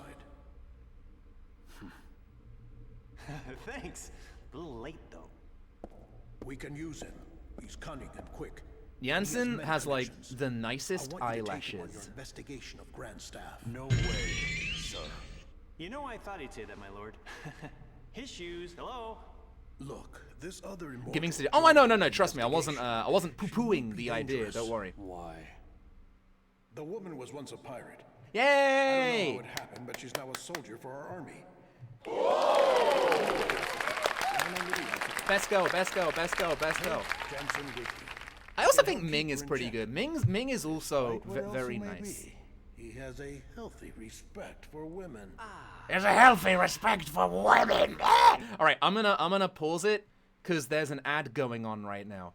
There is an advert going on, so I'm just gonna like vibe it. I'm gonna give my cat a kiss. Mwah. I'm going to give her another one. Mwah. I'm gonna give her a third one. Mwah. An ad. Yeah, I know. I'm sorry, baby boy. Baby boy, gotta get food. Baby boy, need tasty food. Need pay bills. need to pay bill, and also the fucking vet bills came out of nowhere. If I'm being completely honest, the vet bills kind of snuck up behind me and smacked me around the back of the head, which is why I decided to prioritize this first. You know what I mean? Kind of. What's the word? Just cover some of the costs, because it's just like, oh my god, it really did come out of nowhere, and I'd already had to dip into my savings to like do the other. Was it to get the fucking the iPad for me bloody tracking? Is that even with insurance? What would you say if I said I don't have pet insurance? Because I found out the only reason why I don't, BT dubs, the reason why I haven't is because like my cat already has all of her problems, right? And apparently if you get pet insurance, like, because basically I got my cat with all of her, she came with the problems pre-installed, right? If they already have them, then apparently you can't get insured. Apparently you have to get insured, and then the animal gets the problem. Then it's like, it's fine. But if not, then the vets are gonna be like, well, you know, tough cookies. We're gonna get money out of you. It's like, but they saved my they saved my baby. She's the cat version of LimeWire. She is. She's a villain. I heard she was a looker, if you catch my drift. I mean, you've seen her, right? Oh yeah, by the way, Jansen is really fucking horny. You guys are way too serious. Pirate. Understood. All right then, I'll be there early. Oh yeah, you can count on it. Remember, Kyle, you're the only one I can trust. One Piece. I can't leave here for a while. I love it. So if something is He just swooses right in. He swooses right in. find out what it is. Understood? I trust him with my We'll be life. briefed later. I will give you my fucking credit card details. I'll be right behind you. It's so funny. Oh, he's gonna be fun to work with. This is for your trouble. Oh, wow, nice. You know, my lord, I've been thinking, working with this guy, it's like playing with fire. I mean, did you see his eyes? I mean, that's creepy. I gotta See, bet this something about kind of whole shit, thing. right? I mean, feel this like it's little probably guarantee improv. Is not gonna be enough, I'm afraid, to keep an eye on him. You're gonna have to give me a little bit more. You know what I'm saying? It's just like I feel like it's far too natural for it to be written. You know what I mean? Because it's like so different to every other character's. I mean, obviously, but you know what I mean. But apparently, he really did like okay, improv. That's some serious mojo, buddy. Easy, easy. Is your fee still unsatisfactory? Okay, not funny. I'm not laughing, okay? I didn't stick my neck out for this, okay? Jeez, everyone's a pain in the ass.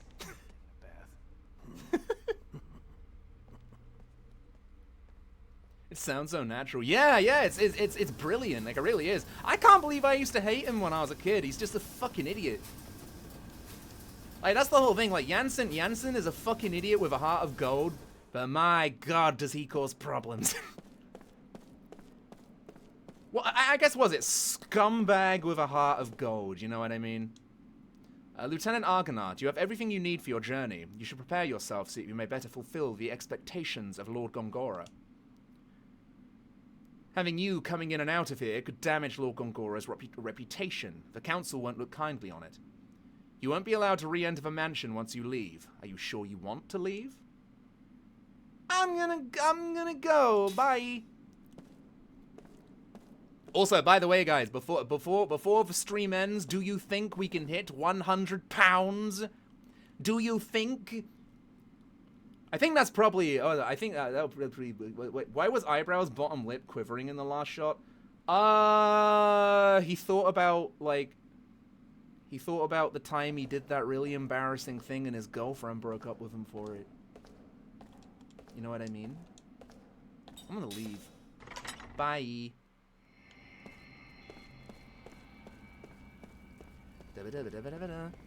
Jansen never leaves my party. That is pretty impressive, honestly. Because he's immortal, right? He's a mortal, not he's immortal. You know what I mean? Because like by endgame, I feel like you should just be having every immortal, well, especially for the final boss as well. My God, that would have been tricky. I don't even think he. Whatever. I want to find my cool fucking tomboy pirate GF. Where are they? Where are they? Where are they?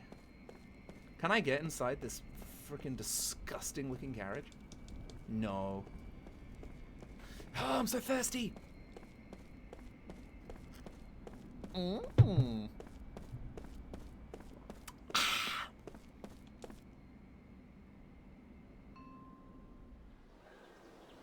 Oh, here we go, here we go. Best go, best go, best go, best go. Yeah, bye. Hey, I've been looking everywhere for you. I love her so much. I heard about the Grand Staff investigation. Looks Ah, like shit, I forgot to press it. It's not enough that we just keep surviving, eh? Woo! The coolest granny. There's always something. God, the animation's really good. Like the facial animation. With you. There's one expression she does in a minute, and I'm like, whoa! I don't know. Somewhere before. Like this. Look at that. It's like so cool. Nothing to worry about if you can't remember. Neither can I. You too, huh? I can't recall a thing. Yeah. Tara Strong does All the I know voice is that my name Seth. seems to be Seth Balmore. People say I used to be a pirate. Isn't it strange that both of us lost our memory and are immortal? Maybe we met Definitely a long time pretty ago. strange, I'll give you I that. sort of get that feeling when I look at you. When we met before, were we enemies? Or allies? Or maybe even lovers? Be gone, wench! We're starting our journey tomorrow, Kaim Argonar. Tomorrow? You still haven't been contacted by the council? You said Why is she pointing at like, you haven't been you haven't been asked to go to the council, idiot. By the way, I'll be joining you on your little trip. So you are going with me then? She has so much personality. Strictly forbidden.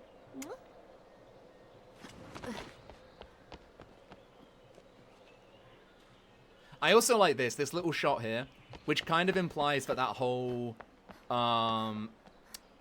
whole thing was just like a facade, you know what I mean? Like she's kind of putting on this cheeky front, but deep inside she's like, oh god, that was too much. That was too much for me. That was too much. I need to get out of it. Fuck. Oh, I know she did. I know she did. But I was having a little talky talk. A poster.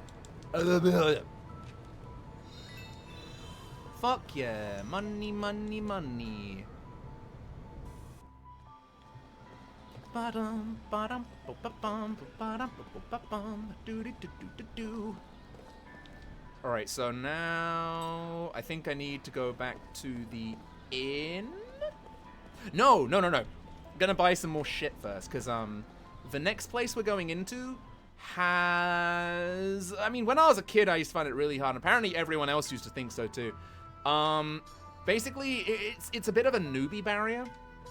It's like a magic worm or something like that, and it's pretty brutal as far as like walls go, I guess. Oh no, wait, it's not the first boss. No, the first boss is like the wind dragon, isn't it? Yeah, shit, I'm a fucking idiot. Oh, it's a griffin or something. Yeah, it's like a griffin. Yeah, that's fucking stun gun worm. Oh my god. So frustrating, dude. Yeah, it's a tough boss if you don't go in prepared. It's definitely a lot easier if you actually explore. Like, if you explore, you'll find some armor that will like reduce electric damage. Man, why is OBS like chugging with this game? It's running perfectly on my TV, by the way. No one's allowed to have official something from the council. The council's giving you orders. You need to head for Great Gate. You can take the monorail or a taxi. This is actually really sick, by the way. This is I like the fact that just talking to NPCs, they're like, hi, you gotta go here. If you're lost, go here. Da-da-da-da-da-da-da. It's neat. Did the UK's version 4th disc come in a paper envelope that caused it to not read correctly? Yes, but I don't remember it not reading correctly. That's interesting. What platform? I'm playing this on the Xbox Series X.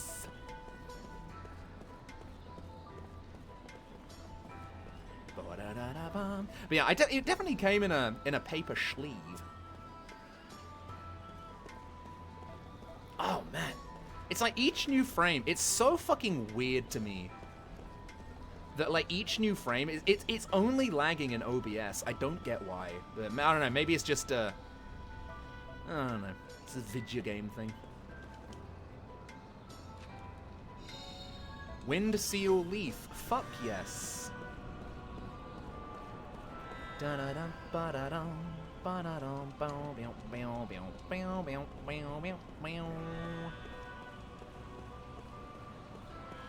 Maybe OBS has beef with the Xbox. Maybe, I don't know. I mean, it's not hampering the experience, so it's all fine.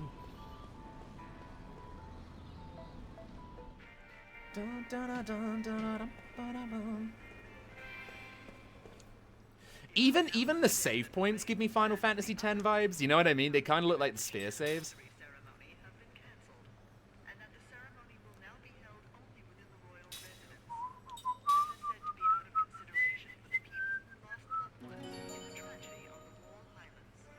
Bum bum bum bum bum. And then, can I get the downstairs monorail? No, I can't unless. Monorail system. Okay. Wait, what the fuck? Hello? Oh, I just got a free item apparently. Cool. Tried to emulate it, but it kept crashing. I mean, here's the thing: if it's lagging this bad on OBS through like official means, I can only imagine it probably isn't very well optimized when it comes to emulation.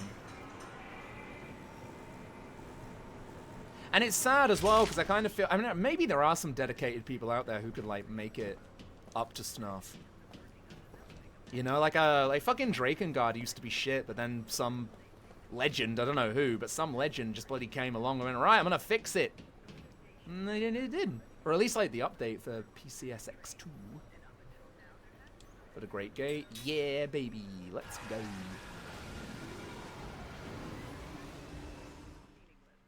I think I know where I'm going to stop this today, by the way, guys. I'm probably going to continue this again, maybe tomorrow, depending on what I'm doing. But, yeah, basically, I want to keep the little vet bill thing just kind of there. Oh, apparently this runs better on the Series X. Oh, it runs perfectly on the Series X. Like, again, it's not running well on OBS, but, like, I'm looking at my TV right now. 60 frames, you know, 60 frames per second. What's the deadline for that? Oh, no, it's not so much of a, like, a deadline, because I've already paid it, right? It's just that now I'm kind of out of money. I had to dig into my savings for the fucking iPad for face tracking and shit, and I was like, oh, thank God, now I have just enough money for X, Y, and Z. And then the vet were like, don't forget, Jess has to come in for her blood test. And I'm like, fuck. So I had to fucking dig into my... I hate spending money. I hate it. It makes me sad. It's good, though, if it goes towards your puss-puss, but obviously it's a little bit, inconvenient when it's, like, out of nowhere, you know what I mean? When it's out of nowhere and, like, money's a little bit tweet. Oh, hello, Eva! Thank you very much for the sub, thank you! Thank you for re-subscribing, I appreciate it. I blow you a kiss, mwah. Money spending's worse around my birthday. Oh God, same. Don't get me wrong. Like I like to think I'm well behaved with my money. This year, maybe not so much this year. Like, don't get me wrong. I like to spend things. I like to go on what you call it. I like to go on what do you call it again? Like when you buy things to make yourself feel better. I feel like maybe once a month I like to treat myself to something cool. Just cause I feel like retail therapy works, in my opinion. It does work. However, there comes a point where, you know, you need to prioritize where your money goes. Not impulse buying, no. Although it could be called that, I guess. It's more just like, I feel like shit, I'm gonna buy myself a treat. And then you wait for Amazon to come, and it's like the best part of your day. Guys, this is a great cutscene. By the way, thank you, Michael Johnstar, for following. Thank you. This is when Jansen appears, and he has a whole harem of ladies. I haven't heard about that. He's also drunk at like 8 a.m. in the morning. It's great.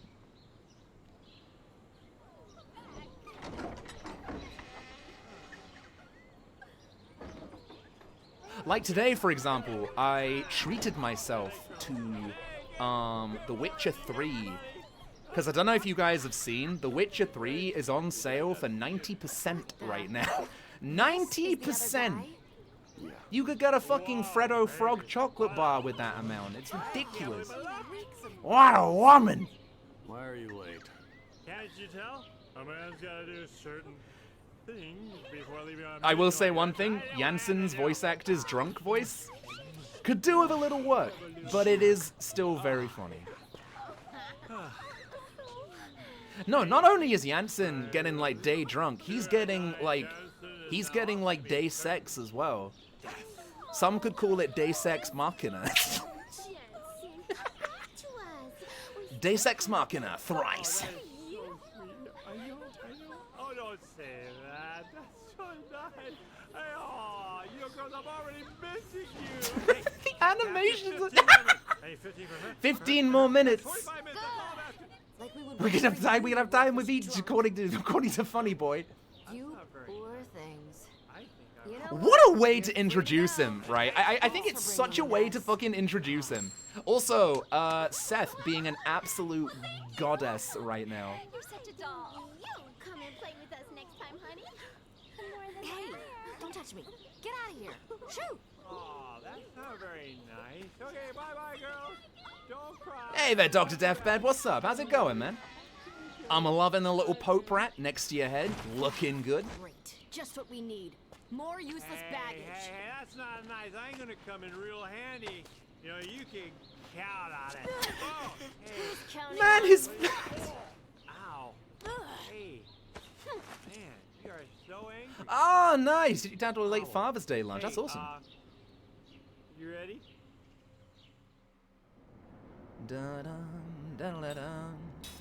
He's really strong. Oh, no. Jansen is, as far as the mortals go, he's pretty busted. But again, in my opinion, I kind of think that the Immortals just have the one up, because obviously Ming, no, not Ming, sorry, Sarah as a black mage is just heads and shoulders over Jansen, unfortunately, and she can also get like all of the other abilities.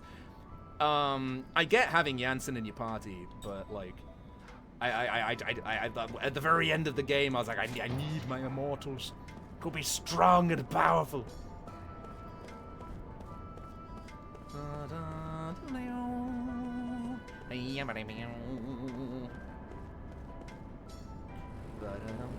Oh, Jesus Christ.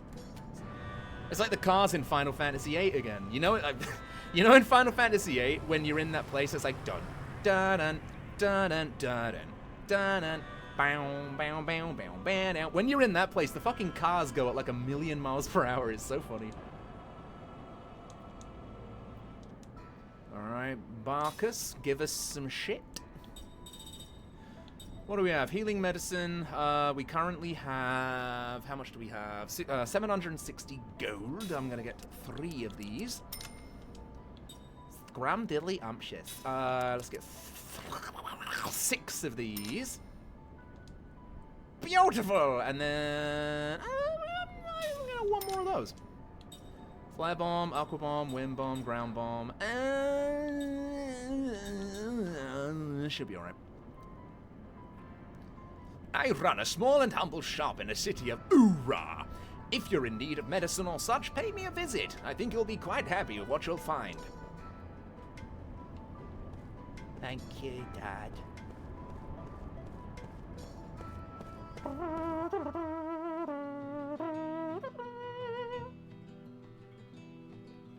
Oh, the world map song. I wish this song played when you're on the fucking boat, by the way. You want to know what song plays when you're on the boat? In my opinion, it's one of Lost Odyssey's biggest flaws. Ow! Oh my god! Richard, buddy, fuck off. Man, that's so nice of you. Jess deserves to be the hell of it. Thank you so much for 50 quid, you absolute madman. Wow, thank you. I think I actually have it. Yeah, I have it. Can you guys do a good cat impression?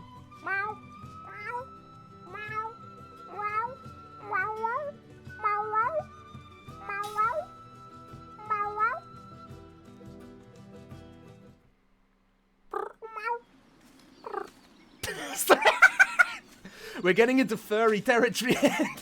Then again, I feel like I've stumbled into furry territory many times in my life. There's no road. Pull yourself together.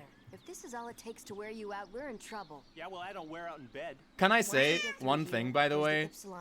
Jansen and Seth's like banter is so funny. And also, nighty night lamb, have yourself a good one. Night.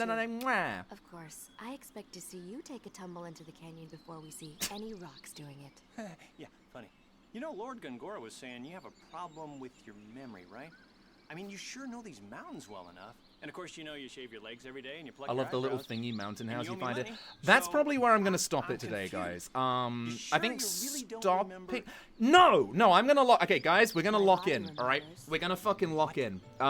We are going to lock There was a in time when I used to rush through here. I was a pirate, until and the supposedly first I boss. also went through So these the mountains. Griffin. But I just don't know what the truth is. I don't have any answers. I love this What about this you? Did anyone tell you camera what you once thing they were? have going on. It's really neat. No. Nothing? Yeah, it's right after the house. Yeah. If we end up getting any So upbeat and happy. 1,000 I doubt it anyway. years of memories thing, I'll read them next stream. Oh? My body also remembers. How so? Just that it was I actually love the idea that because Kain and like Seth have been around for so long, there's this implication that because they've been living for so long on this planet, there very well may have been a time when they were lovers. right? There's no need Like, to they rush may, it. if she Memories will come back recognizes gradually. him, there is always a And they're chance not they all could have bad. been, you know, best friends. They could have been lovers. They could have been husband and wife at just one point had in their one. life. And I think that's Yeah, so how about fucking some water? interesting. A little fruit. How about A little massage? fruit? It's My me. feet don't stink. Time. You up for that? Hello? Jansen's a fucking idiot. I love him. God, I want to get a tattoo of Jansen.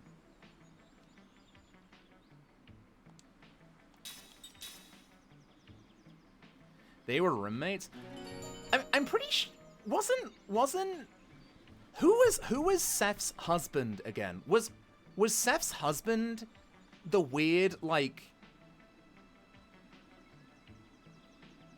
was it the weird, like, furry? I know that there was like a weird, like, white dog man or something like that. It was like she finds, it was like a sea creature or something, and she ends up, like, falling in love with him, I think. The dialogue goes hard. It does! That's what I'm saying, man. Okay, raise your hand in chat. Who here is experiencing Lost Odyssey for the first time? Also raise your hand if you are currently enjoying your experience. Dun, dun, dun, bum, bum, bum, bum, bum, bum. Hey, look, the enemy's got a little formation going. In a formation, the front row provides a defensive wall for the back row, so any damage inflicted on the enemy's back row is reduced.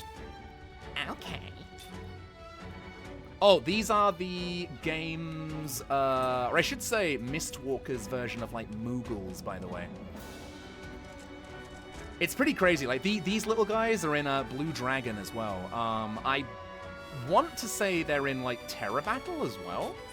They are in Terra Battle. Yeah. These guys are just in, like, yeah, like Tombury, something like that. Yeah. Da, da, da, da. See how tight the front row's defense is. Yeah, guard condition. All right, so GC. Gauge on the upper left-hand corner of a screen indicates the enemy's guard condition. Gauge on the upper right-hand corner indicates allies' guard condition. Guard condition is made up of a total of HP. Yep. By attacking the enemies in the front row, you can increase their guard condition. Easy enough, right? Get the enemies in the front row and the back row and start losing their defense. Dun. Hey, it's not bad at all. See, the guard condition's gone down. The higher the guard condition, the less damage you can cause to the enemies in the back row. When the guard condition reaches 0, the any damage inflicted will no longer be reduced. I'll be in the back, so come me well, all right? Dun. Shut up. No. I'm definitely gonna stream Fantasian, by the way. Like 100%. Now they're casting a spell. Here's a little hint for you. See the action or display on the bottom? I do. Well, you punched out the guy who was trying to cast a spell, right? The extended amount of time he needs to pull the spell off. It's called casting interference. If you manage to cause enough interference, you can use the spell from Bob until the next time. Enough talk. Okay. I mean, that's the thing, Richard. Our Sakaguchi said that, like, Fantasian was going to be his last game.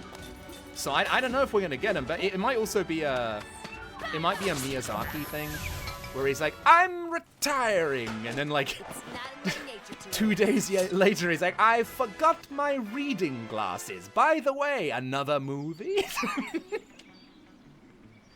I love it. Alright, so this is one of the fucking coolest things about Lost Odyssey, by the way. By that, I mean the skill link. The skill link is fucking awesome. Basically, you connect... you basically learn skills off the mortals in your party. So, for example, Jansen here is a black mage, or just a magician in general, right? So, with Kaim, because he's lost his memories, he needs to relearn how to use magic through experiencing life with mortals. And that is what makes gameplay in this very or not gameplay, more just the way they have managed to tie Amnesia into, like, the mechanics, I think is really fucking awesome. Like, seriously fucking cool. Skill link. Let's go for white magic. You know what? No, actually, I'm gonna... Kaim can be the healer for now. Steel for you, because it's, like, in with the lore, you know what I mean? Alright, good shit. Platinum sword, bruiser ring, anything. Alrighty. Skill, spellbook. Right, let's fucking go. God, this game looks nice. I don't know, it's just comfy, you know, cozy. I don't think it'll be that long through this dungeon. It's not a particularly long dungeon anyway.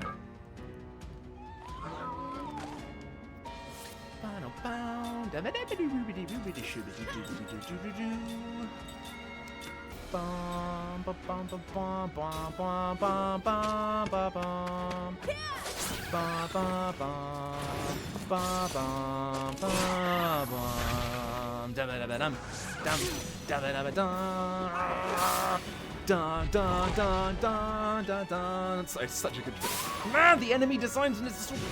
I'm gonna keep doing that throughout this entire fucking game. By the way, I hope you're ready.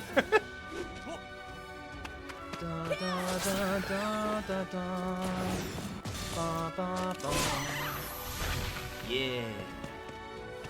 Bonk.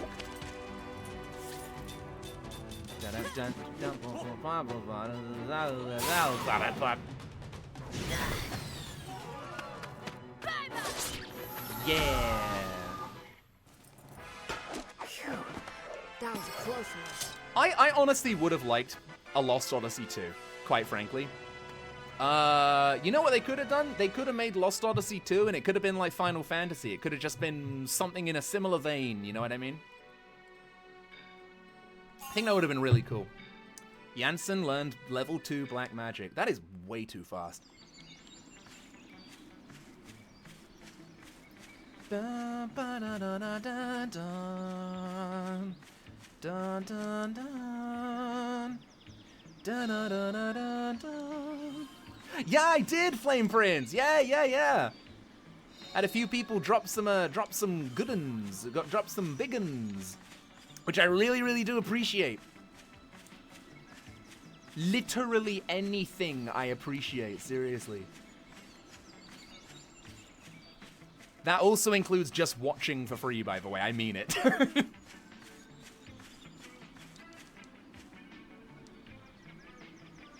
Alright, what do we got? Slot Seed. Oh, Slot Seed! Nice! Those are actually really good. Flare Bomb. Right, let's see. Slot Seed. A Strange Seed that grants an extra skill slot to an Immortal. Yes, please. Ugh, disgusting.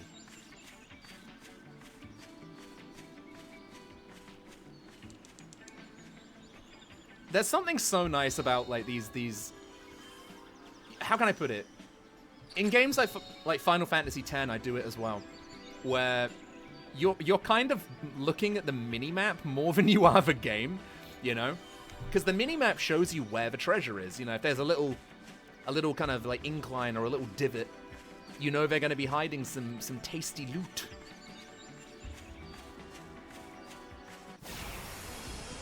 You know, it's tough being so popular. Bum, bum, bum, bum, bum, bum, bum.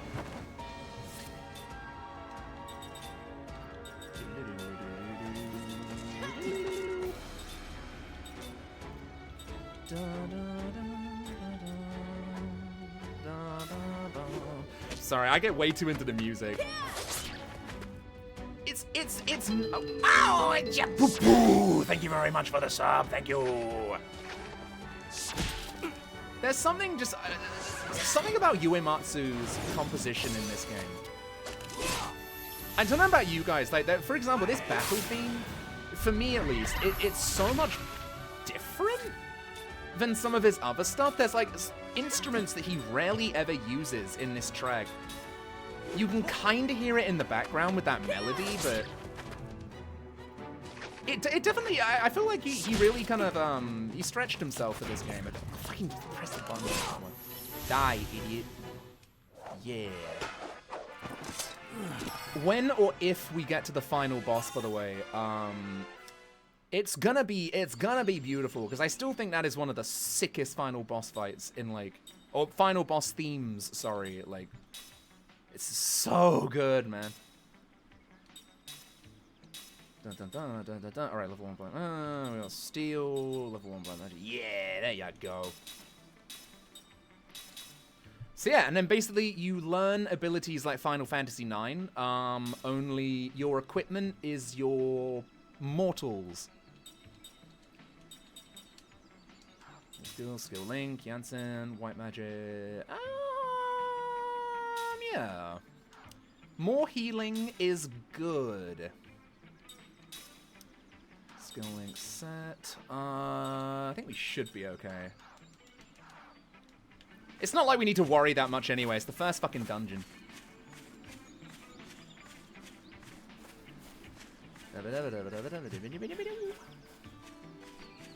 Wait, did I just...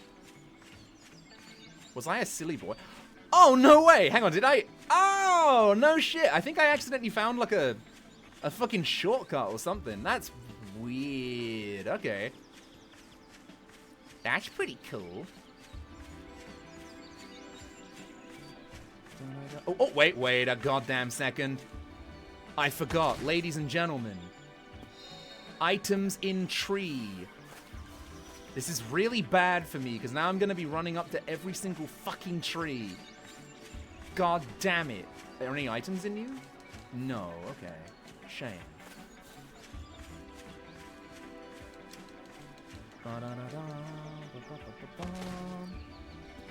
So, fun fact, this made making the video a fucking nightmare, by the way.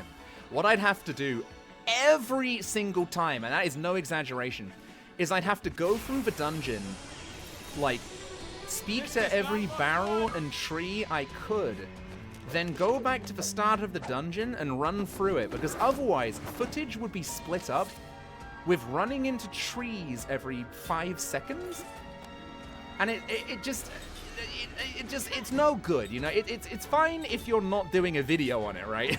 But if you're doing a video on it, it's like, shit!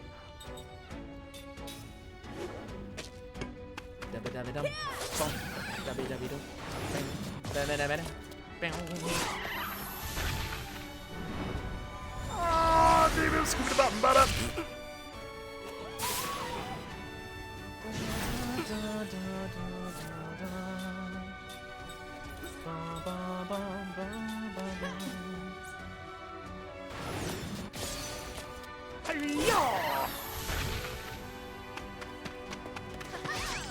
I already wanna. I wanna remember what the boss thing was in this game.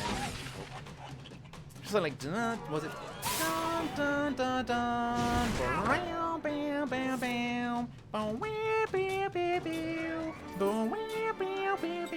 Yeah, it's something like that.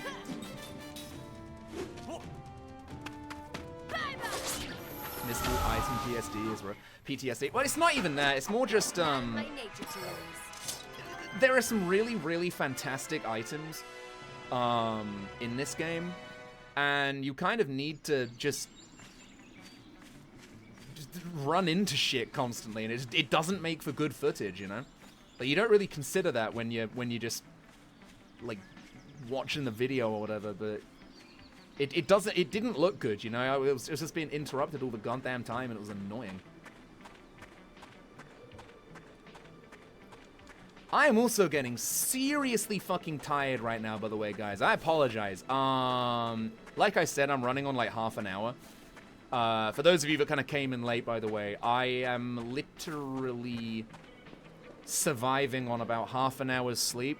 And the night before that, I maybe got about an hour's sleep. And then the night before that, I got about half an hour's sleep. And I definitely know the reason why I think I'm not sleeping right now.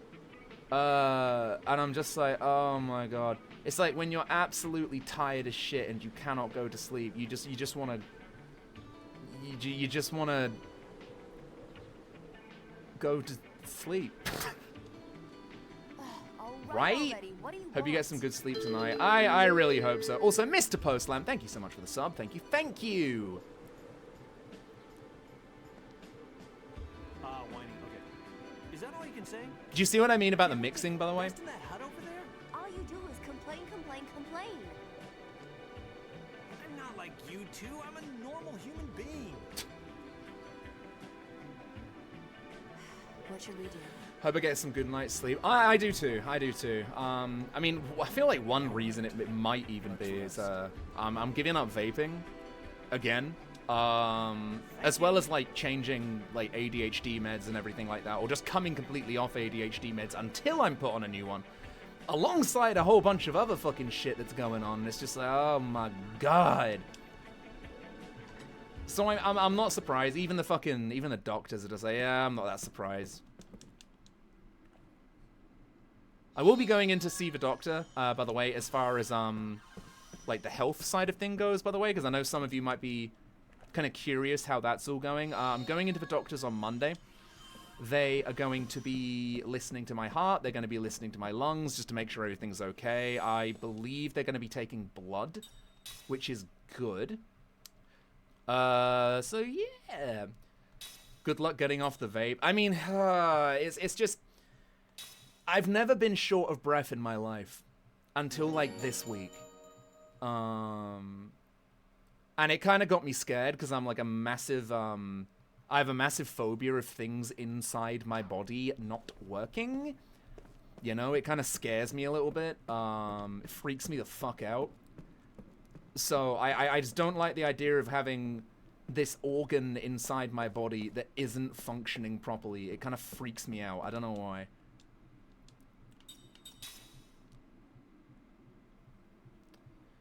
But yeah, no, so in order to come off the vapes, bless her heart, my mom actually ordered me this. She's so sweet, because obviously she wants me to be off it. She ordered me like 105 pieces of like nicotine gum. So I'm going down from like 9 milliliters to, I believe, milligrams, sorry, to like 4 milligrams? And then after those are all done, I'm going to be going down to like 2, and then off completely. It's a lot of gum. It's a lot of gum, but you need it, right?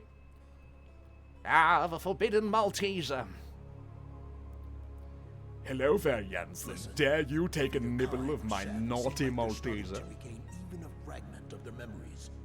Use this. You fainted for half a minute last time I had a blood test? Did the doctor jump out and say boo? I'm joking. I understand. I think I almost did that when I had my COVID injection.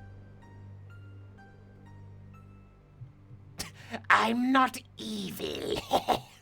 I'm a good boy deep inside. Oh, hi. I couldn't sleep. I usually exercise with people, and I work out a lot. Was that all? I love him. I love him. About what? You know what I mean. Yeah. That really reminds me of like that Smiling Friends bit. You know where like the Yeti comes through the door and like Charlie's like, I would have really fucking laid him out, man, but I've been working out all day. That's a fucking Smiling Friends gag. That's so good. Oh my god, Jansen's he's so funny. I love him.